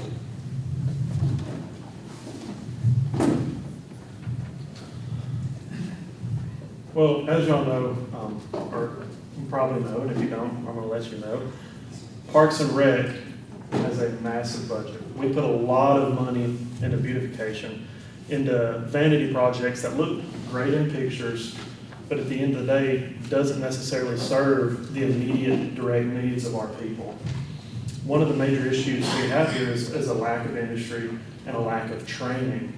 And I think with our poverty level being as high as it is, we should address that. We should bring in industry that isn't above what the people here are going after. We need industry that can bring that poverty level to a halt and raise income on all levels of skill. And then we can also bring in industry and partner with our university to train people to fit those higher end jobs like technology, STEM jobs, science, technology, engineering, mathematics. We should really partner with our university and our institutions to train especially our young people and give them a reason to stay rather than moving off and leaving their families just to find opportunity. So I think it's good to have our city look nice and the nice little projects that are pretty in pictures, but at the end of the day, they cost a lot of money that take away from our infrastructure and take away from our ability to build industry that builds our people. Thank you. Are there any questions from the floor for this case? Should the city taxpayer give money to UNA? And if so, how much? That's a very passionate question, and I see a lot of passion from both sides. As far as how much, I don't know, but I think it should be reflective of what UNA contributes to the area. For a long time, we've been giving money to UNA, and I'm not necessarily against that as long as it's reciprocal. UNA is a massive revenue producer in our area. They help the city out a lot, and if you track our growth to the university's growth, it's on a similar trajectory, and we're partnered at the hip.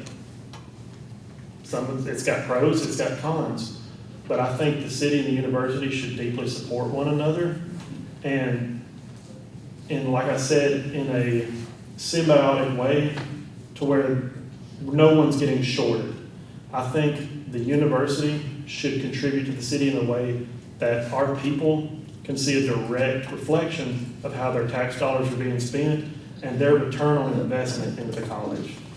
So not money just for vanity's sake and just for nice, pretty buildings, but money going into the college so they in turn can reinvest into the city and reinvest into us. One other question. How do we, the people, how are we, the people, encouraged to carry out good property management? You know, like putting the garbage cans off the street and stuff like that? Ask that again, hold on. How do we, people, encourage to carry out good property management? Such as putting garbage cans up off the street, trim grass off of curbs. How do we encourage our fellow citizens or encourage? Yeah. A lot of that comes down to accountability, and I'll be honest with you, I'm not sure how to exactly answer that because that's a fine line between people's personal property and what looks best for our communities. So I think a lot of that comes down to a community effort of getting our people within our communities engaged and pushing them towards that goal. Because the city is very limited on what it can do as far as enforcing things on people's private property.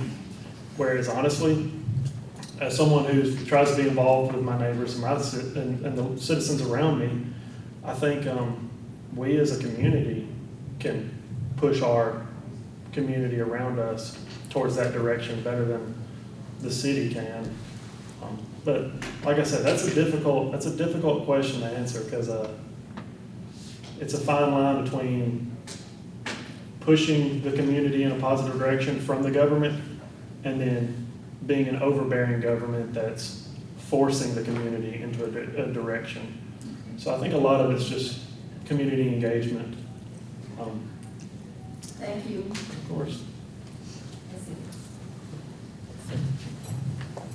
But thank you again for coming to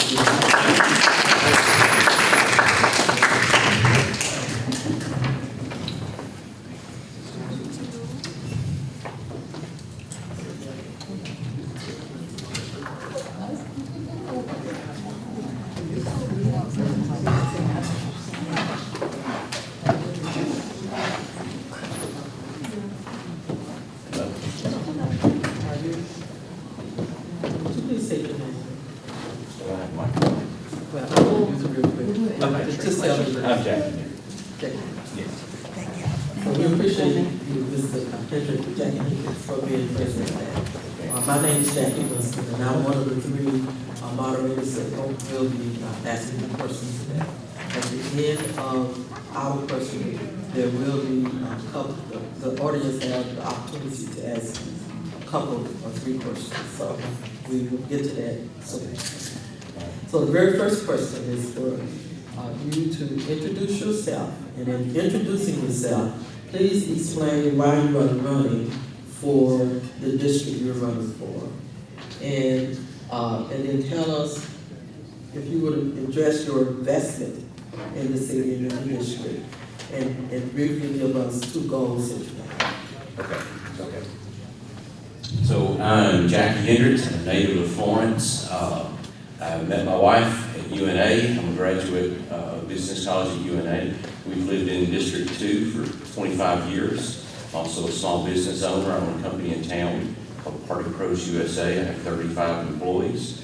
I have been involved in about everything I could be involved in this community. I chair the chamber. I'm in the Hall of Fame with the Home Builders Association. I was chair of CETA. And in all those engagements and relationships, you know, you kind of want to take that next step.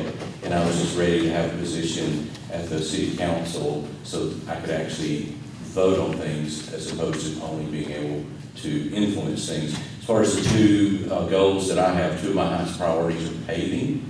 We have an $87 million budget. We only spend about $3.5 million on paving. That's not adequate. And then also a little better reliability with our power. We experience way too many power outages. We just got to do more maintenance with our grid.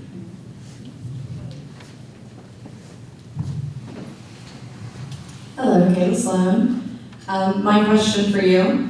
Understanding you are working for your district first, how will you work with your fellow councilors to prioritize investments and needs in Florence's other districts?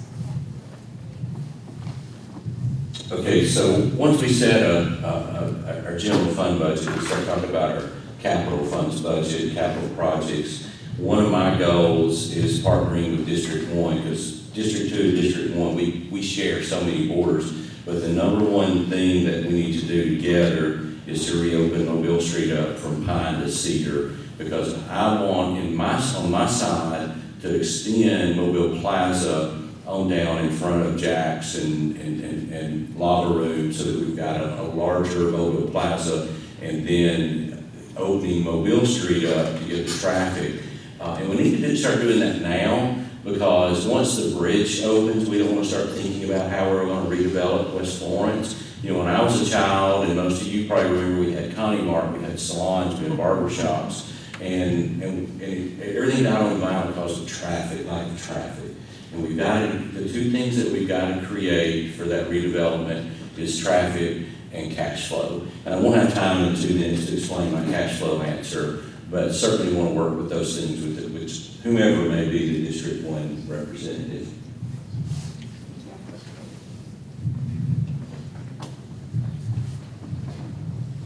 Maybe you can steal some time. My name is Lorenzo Zakai, and my question to you is, what would you like to add to or invest in, be it business development, beautification projects, public works, or something else for your district? Okay. So as far as we've got to grow our economy, it's the only way that we're going to, with our budget, to be able to meet cost of living raises, inflation, and all those things. The only way to do that is to grow the sales tax. The last crisis the city had was when 2018, and to meet those needs, they passed a 1-cent sales tax. Can't do that. So the number one thing that the city is missing is a piece of the puzzle to do that is we have to have a retail and residential development expert that works on the behalf of the city. That person would work with the mall owner to get us off center out there, all the infill that we would need. There'd be an expert on retail incentives, TIF districts, and going back to like if we redevelop Mobile Street and it became a TIF district, and then we start getting entrepreneurs and investors in. We just got to have that person in-house, because right now when a developer comes to the city council, that's not what we do for a living. We're not economic developers. And so we're kind of, you know, what do you want from me and how much? Where we need a team player that speaks that language, that then that person is, as a team player, comes to the council and explains what these developments are. But that's the way we're going to grow our pie is through retail and residential development. CETA can't do that for us. This person would be a member of the CETA board. Was that my timer? Yes, sir. Any questions from the floor for this? Why would you vote for a $3 million fishing pier and not allow a locker room for W.C. Handy Rec? So, I think I understood the question. So there was $3 million that was allocated to a fishing pier, yes, and not to the locker room. Yeah, and I have to be honest with you, because I just got appointed in August. I don't know all the history on the locker room part. I do know more about the $3 million on what's allocated for the fishing pier. It's so much, what I've seen is so much more than a fishing pier. That's our west gate from the river coming into the shoals. And it's going to have a fishing pier, and a flagpole, and a roundabout. It's not just a pier, and it's part of the first phase of the redevelopment of McFarland Park, which, if you've not seen the plans, you need to see those, because it's a beautiful development. And I'm certain that the $3 million for that came out of the master plan funds, which I think also the renovations in this beautiful building came out of those same bond dollars. But I'm sorry that I can't say more on the locker room, but I just don't have that information. Okay, one other question. Should the city taxpayer give money to UNA? And if so, how much? So about $500,000 a year, I think, is what our commitment is in the general fund. Now, I'm a proponent of UNA, and I look at UNA just as if it were a big manufacturing plant, only it's without all the smokestacks. It's a beautiful campus. UNA employs about 1,200 people. UNA has a $41 million payroll. The big one for me is UNA on campus has about 8,000 students. I look at that as 8,000 debit cards that shop in our city every day. And when I talk about we've got to grow our sales tax, we need UNA to grow. Because what's good for UNA is also good for the city of Florence. Now, the one thing that I know is sensitive, especially in District 1, is displacement with UNA's growth. And that's going to be, have to be handled in a very delicate way.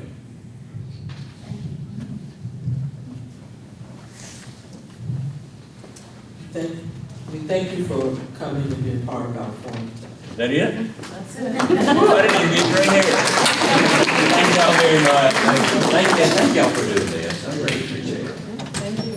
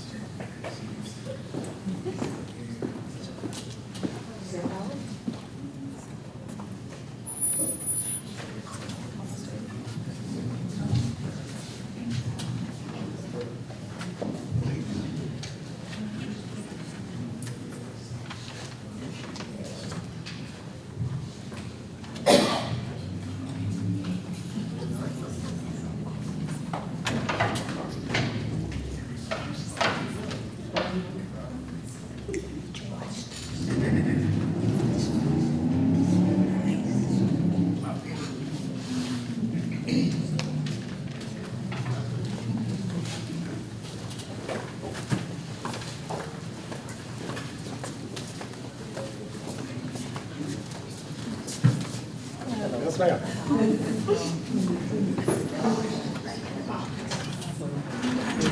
We welcome you to our candidate forum, and we're asking you. My name is Jackie Winston, and the very first person is an introductory person where we're asking you to tell us a little bit about yourself. And there's a very specific areas that we want you to address in doing that. Please just introduce yourself to everyone and explain why you are running for the city council district you're running for. And we'd like you to address your investment in that district as well as in the city and identify 2 specific goals that you have. This is the first question. Yes, it's introductory to telling us about your Could you go back over those, please, ma'am? The first is to tell us and explain why you're running for the position you're running for. And then also address your investment in the district as well as in the city and identify 2 specific goals that you have. Okay. And you have 3 minutes in this particular course. Okay. I'm certainly delighted to be here. I'm Andy Betterton. I'm currently the mayor of the city of Florence, and I'm running for District 3. My wife Sandra and I have 3 children, 7 grandchildren. We're active members of Florence First United Methodist Church, and both of us are UNA alums. I'm a past alumni president. I hold a BS degree in music education and accounting and a master's in education, and I've served as a Florence City Board of Education member, a city council, and mayor, and I have advanced certification from both Alabama Association of School Boards and the Alabama League of Municipalities, and I'm a graduate of Leadership Alabama and Leadership Shoals. Investments in the area over the last few years, partially because my wife spent so many years there at Brandon School, certainly had some interest there. The Veterans Corridor is one investment that I feel like I have because I really pushed that effort as well as the River Heritage Trail And there's lots more to do on that corridor to move it forward. We need to get the truck traffic over there and, some safety. It's posted as 45 miles an hour, but I can assure you the speed is greater than that. I'm hoping, as I serve in District 3, to be able to work on that to complete our projects in Veterans Park, finish our fire station forward over near Broadway, and that should take a pretty good bit of time. I'm really interested in affordable housing and some ways that we can clear blight all through our city, but especially in District 3.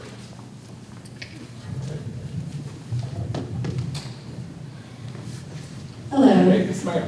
Kayla Sloan. My question for you is, understanding that you are working for your district first, how will you work with your fellow councilors to prioritize needs and investments in Florence other districts?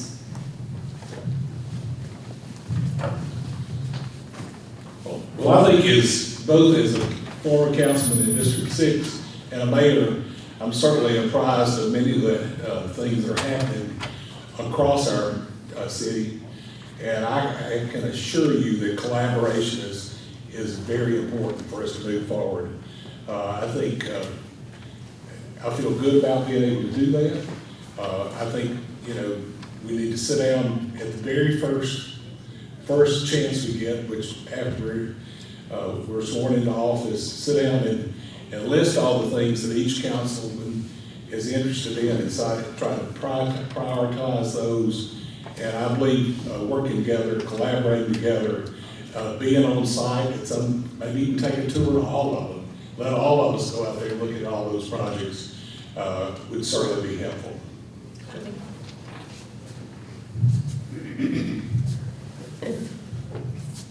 Thank you for coming, sir. My name is Lorenzo Collier.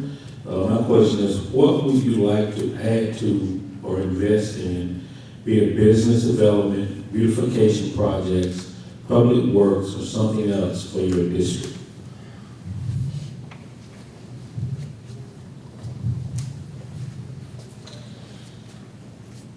Well, obviously, now that District 3 also goes all the way out 72 to the Ag Center, I'm certainly excited about the process of our workforce development, our innovation center, now with this widening of 72 to 6 lanes. One huge project we have to be looking at that probably most of us hadn't thought about is the Fire Station 2 out there is in dismal shape. And now that there will be 6 lanes, it's going to be even tougher to get those engines across instead of 4 lanes to 6 lanes. So one thing I'm certainly looking at is the possibility of working with Ag Authority to find property. We need property on the north side of 72 to be able to do that. Working with the ISO, depending on how our city grows. If it grows east, we'll need to be able to have a fire station in that parameter. And also, as we go west, we need to keep our citizens safe. And with proper ISO, we can keep our insurance, homeowners insurance premiums down. And I think that's going to be crucial. It's going to be a tough project, but we can do it. Thank you. Are there any questions from the floor? Yes, sir. Should the city taxpayer give money to UNA? And if so, how much?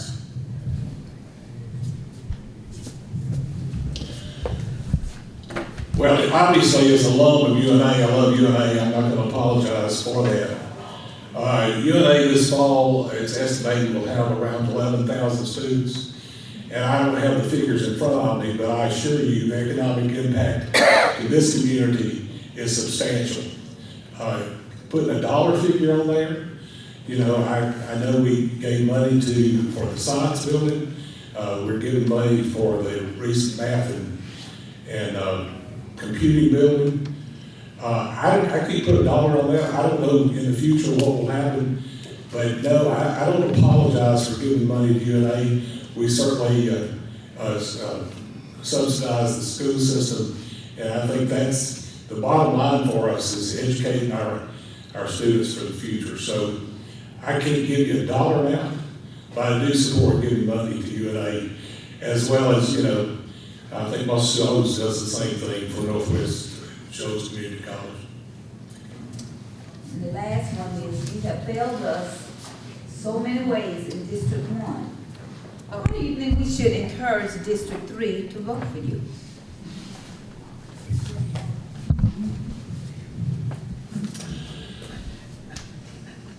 I don't believe I've failed you in District 1. I've tried to be here as often as I can, and I assure you I supported the revelation of this property, and I couldn't be more pleased. I'm excited that this project here is amazing. It's amazing that we've got the kitchen we got. If nothing else we've done, we've got a facility that can be used for all ages. So I'm pleased with that.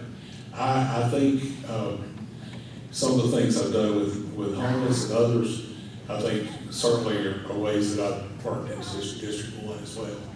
So I'm not gonna, could I have done more? Absolutely. But I think we all can, and I think we have to work as a council, we have to work as a city and our citizens and work together to make it better. Thank you. On the benefit of the reader, for the questions come from the floor. That's right. Because, for the time, sake of time, we ask to have a reader to read the questions. So I think that's it. Thank you very much. Thank you, sir.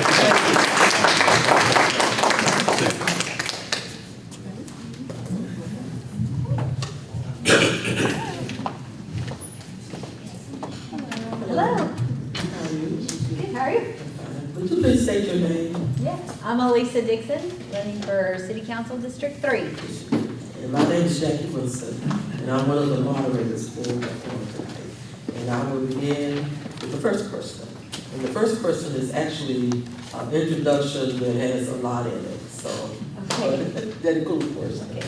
So we're asking you to restate your name again, and then explain why you are running for the district.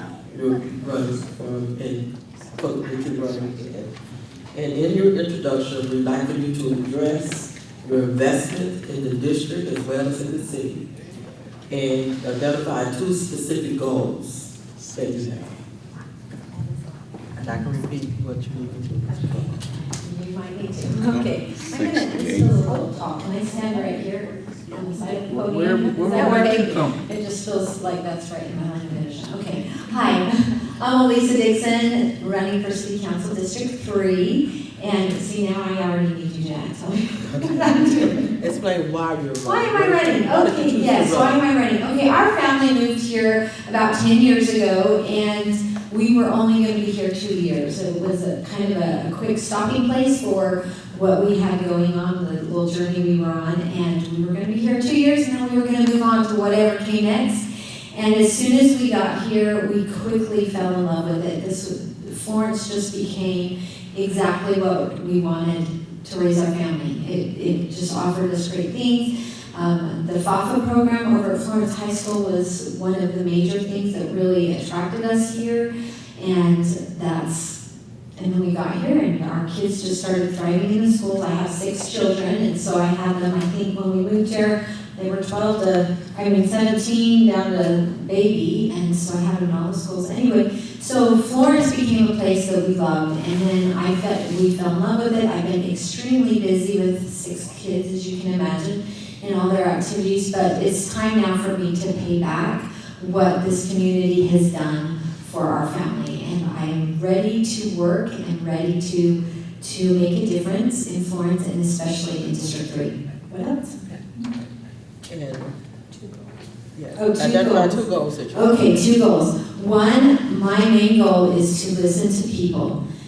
I love people, and I understand that everybody has different views and different needs, and I'm very interested in listening to people. So my goal is to listen to people and then to act in whatever it is that they need, and really look outside the box, think outside the box, problem solve, to really come up with those needs that they may have, and then put them into action, and then to follow through and follow up with them and make sure things are progressing. The other one is to clean up our district. To clean up our district, I feel like our district has come to a point where some things have kind of been ignored and maybe put on the back burner, and it's time to really clean it up and to make it a beautiful place that District 3 can be proud of. We have people that come from, downtown. Downtown is so beautiful, and Florence has done a great job of making it beautiful. Oh. Yes. Hi, I'm Kayla Sloan. Next question is, understanding you're working for your district first, how will you work with your fellow counselors to prioritize investments and needs in Florence's other districts? Oh, in other districts? Okay. All right, so hopefully I understand the question correctly. So first and foremost, I would be a representative of District 3, and I come into this with absolutely no agendas. I have no, because I would be a representative of District 3. Now, are there goals that I would like to see done and things to be improved? Absolutely, yes, but they come first. However, let me tell you this, just last weekend, I think it was, I came over to District 1 and helped with their cleanup that they had here. By the way, if you drove down the streets, you could see how beautiful it all looked. I noticed, and I got a little bit of flack about why are you over at District 1, and I'll tell you why, because one, I love to get my hands dirty, and I like to do work, and I like to be in the community, and I like to help, but also it's really important to me to learn how to do those things. So I was there for that city cleanup for District 1, so I could learn how to do it in my own district. Now, so when I go out and help in other districts, I'm learning how I can better my own district as well. And so when you give your time and energy, you're only learning new things that you can apply in other areas. And so I feel very strongly about working together with other districts and helping build other districts so that I can then build my own district, and I would hope for the same return. So am I out of time yet? Yes? Oh, yes. Thank you. Other ones. Okay. My name is Lorenzo Collier, and my question is, what would you like to add to or invest in, be it business development, beautification projects, public works, or something else for your district? Okay, there's a lot here. When we travel from downtown beautiful Florence and we travel east, there's several roads that you have to travel down to get over to the stores and the restaurants on the east side.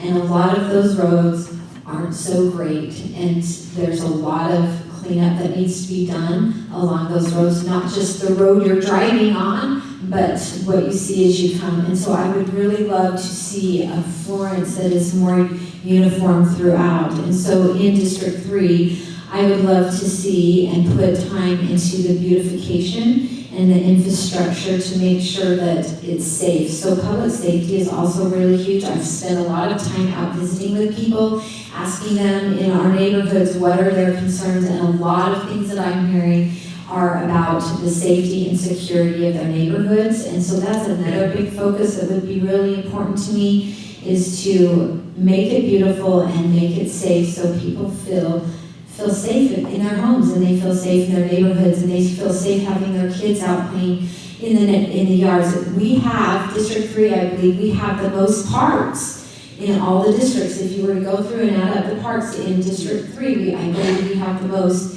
And I would love to see those parks full of kids all the time. And so why are people not going to those parks? Why are they not full all the time? Is it because they don't feel safe? Is it because, there we go again? You again? Okay.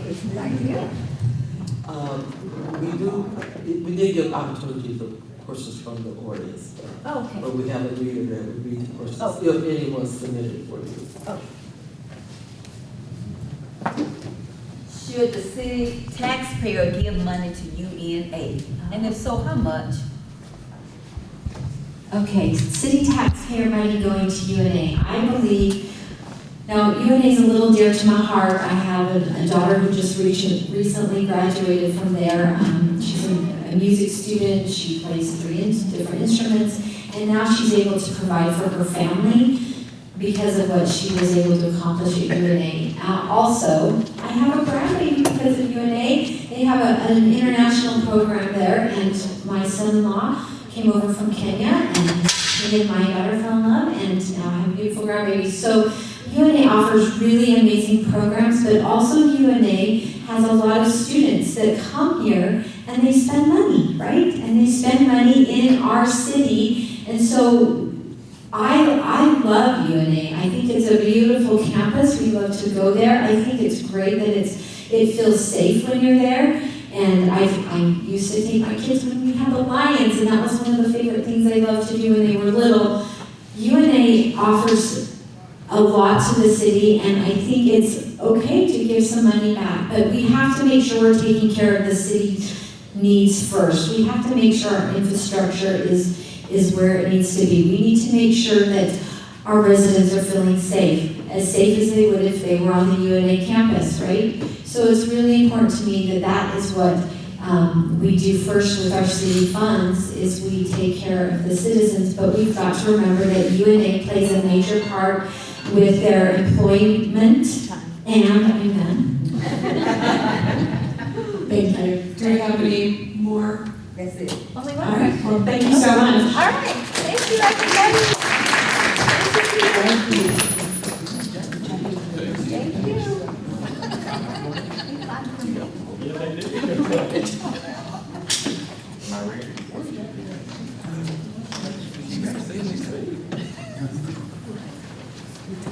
Hello. Welcome. We're going to start with a question to introduce yourself. My name is Kayla Sloan. I'm one of the moderators. We're missing one, but she'll be back. If you could please introduce yourself and explain why you are running for office. And in your introduction, we'd like you to address your investment in your district and identify 2 specific goals. Okay. That makes sense. It's a long question. Yes. Okay. Good evening, and thank you for having us here tonight, and coming out to speak. I'm Thomas Spence, and I'm running for District 5 City Council. I've actually been a resident of District 5 for 27 years. I'm married to Karen Spence, Wilson Spence. We've been married for 36 years. And actually, I've lived in District 5, I think I said it, 27 years. So I'm currently a social worker. I served in the social work field for 36 years. And I currently work for Affinity Hospice as a community educator, going into the field and talking with people regarding hospice services. This wonderful lady was one of my instructors years ago with social work. So I do have to recognize that, and it's glad to see her and her husband. But I'm about people. I'm a people person, and I'm running for meaningful relationships. And I've already had those conversations in our community in District 5 and knocking on doors already and having those conversations on what needs are. What do they see is needed for District 5. I'm all about people, and representing them and being transparent about what I'm doing for District 5 and even for the city of Florence. I want to be held accountable for any type of spending, anything that needs to be done, because I've actually been able to manage budgets, work with people with employees with spend down, and hold them responsible for their money. So I'm ready for that. I think that is something that needs to be monitored closely, and that's important to me. I do support small business sector and want to encourage local economic growth. And I want to focus on our future. I want to focus on our generations. We lose sight of that. We need to work with our generations of kids and walk them through, training or whatever. I currently serve, I have actually I want to tell this too, undergraduate from UNA as a social worker, and I have my master's from Alabama with social work, and also I have a Highlands College pastoral ministry certificate as well. So I am actually the outreach coach also at Church of the Highlands, where we go into the communities and we serve the people. And that's a big part of mine, is serving and getting into our community and seeing what our needs are. Serve on several group committees and things like that with small groups, and talking with people about even trafficking from the homeless to the feelers of addictions and things like that. So those things are very important to me, and I think that comes in my service. And I actually have 3 daughters too, Katie, Natalie, and Molly, and they actually are 2 of them are teachers. Oh, come on. Let's go. We have another person. All right. Understanding that you are working for your district first, how will you work with your fellow councilors to prioritize investments and needs in Florence other districts? Okay. I think it's very important that we are serving our city and we're crossing the boundary lines. And I think we have to complement each other. We have to work with each other. Are there going to be disagreements? Yes, there are. But how do we choose to handle those disagreements? I think sometimes you have to have tough skin, but I'm not a yes person. I will tell you that.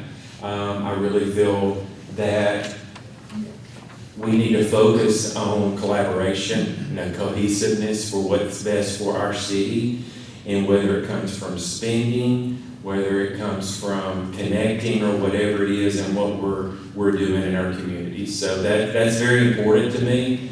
Also, I think we balance things. We, across the districts, not showing favoritism to one district, that we, across the board, are sharing whatever financials, whatever's coming in, that we make sure that all districts are being taken care of, not just one specific district. And over the years, I've seen that, but I think that is something we really have to work on.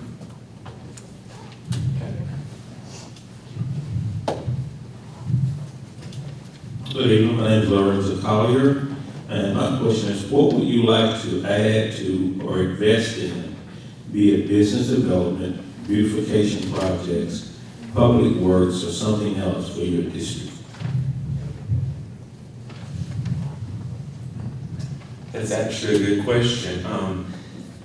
I'm big on parks, and I live in Forest Hills, and we have a park in our neighborhood.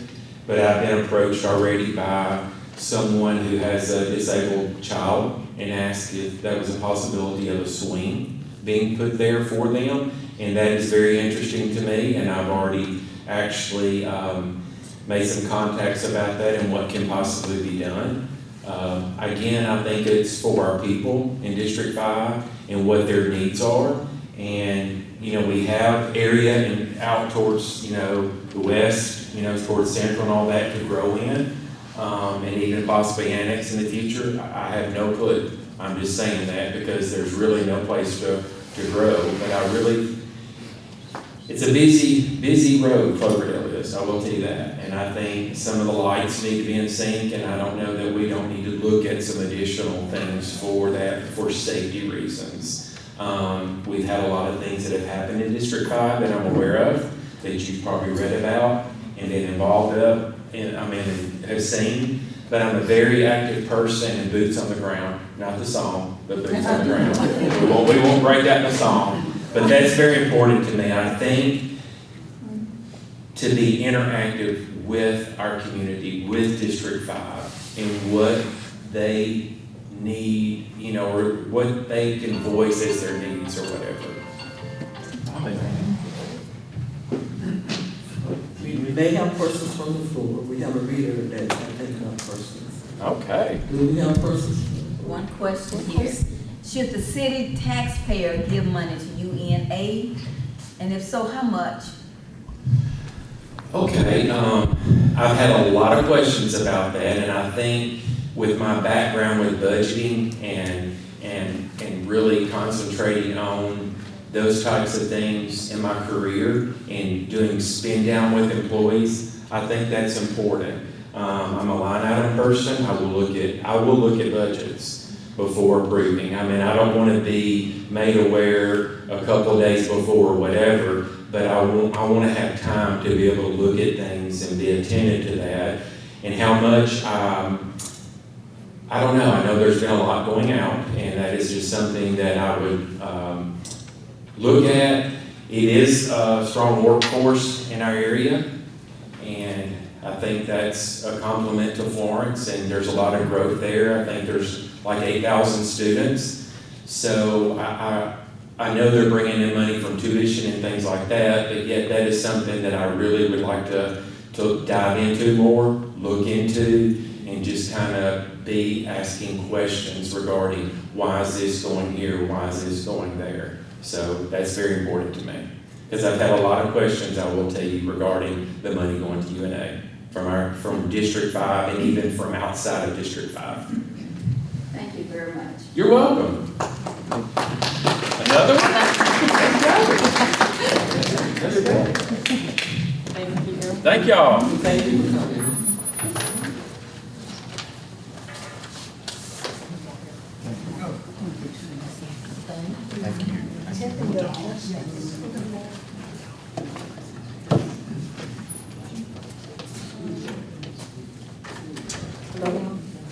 Good afternoon. And we are now starting the questions for the Florence City Board, Florence City School Board. We are done also with the district. So we have to change that, to regroup myself over here. You know that.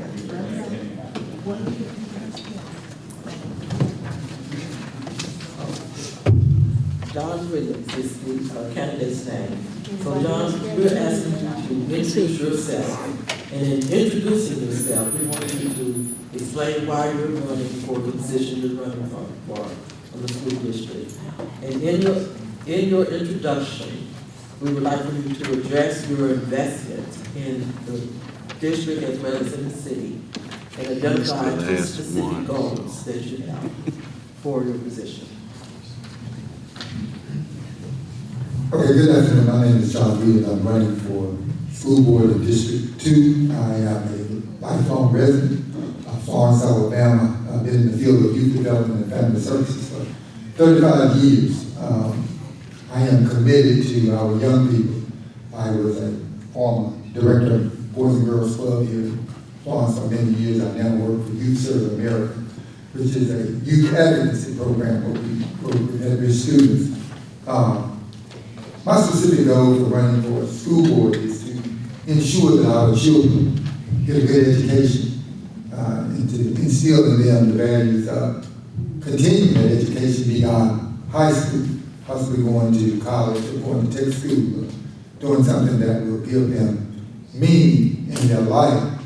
So I am running for that particular school board position to help ensure that our children get what they need as a school board member, and to make sure that our education system gives those children that opportunity to advance.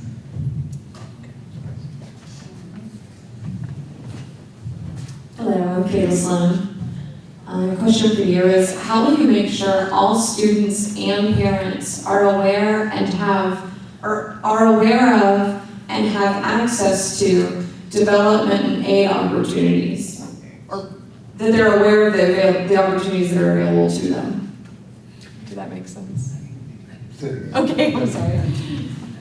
How will you make sure that all students and parents are aware of and have access to the development opportunities available to them? So the programs that exist to make sure they know. Well, with the current programs that are already in the school system, as a school board member, I would ensure that those parents and the students have the opportunity to know that whatever is available for them, we're there to give it to them, to make sure that they do receive it as a school board member, and to make sure that our parents and the children are our first priority.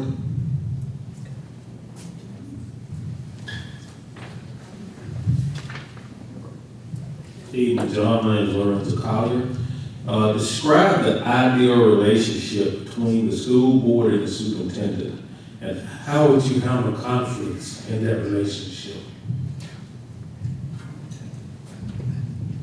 The relationship between the superintendent and the school board members to ensure that the students and the parents are given directly what they need, and that we're there to be their advocate.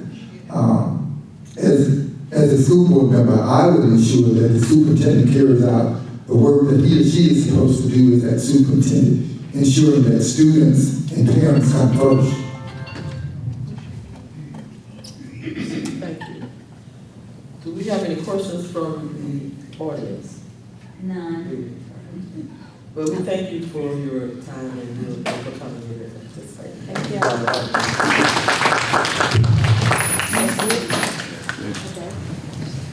That's the end of the candidates. I think Audrey's not giving us a signal.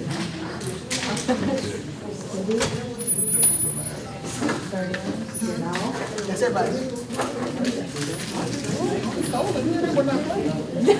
Well, as you just heard, this concludes our candidate forum.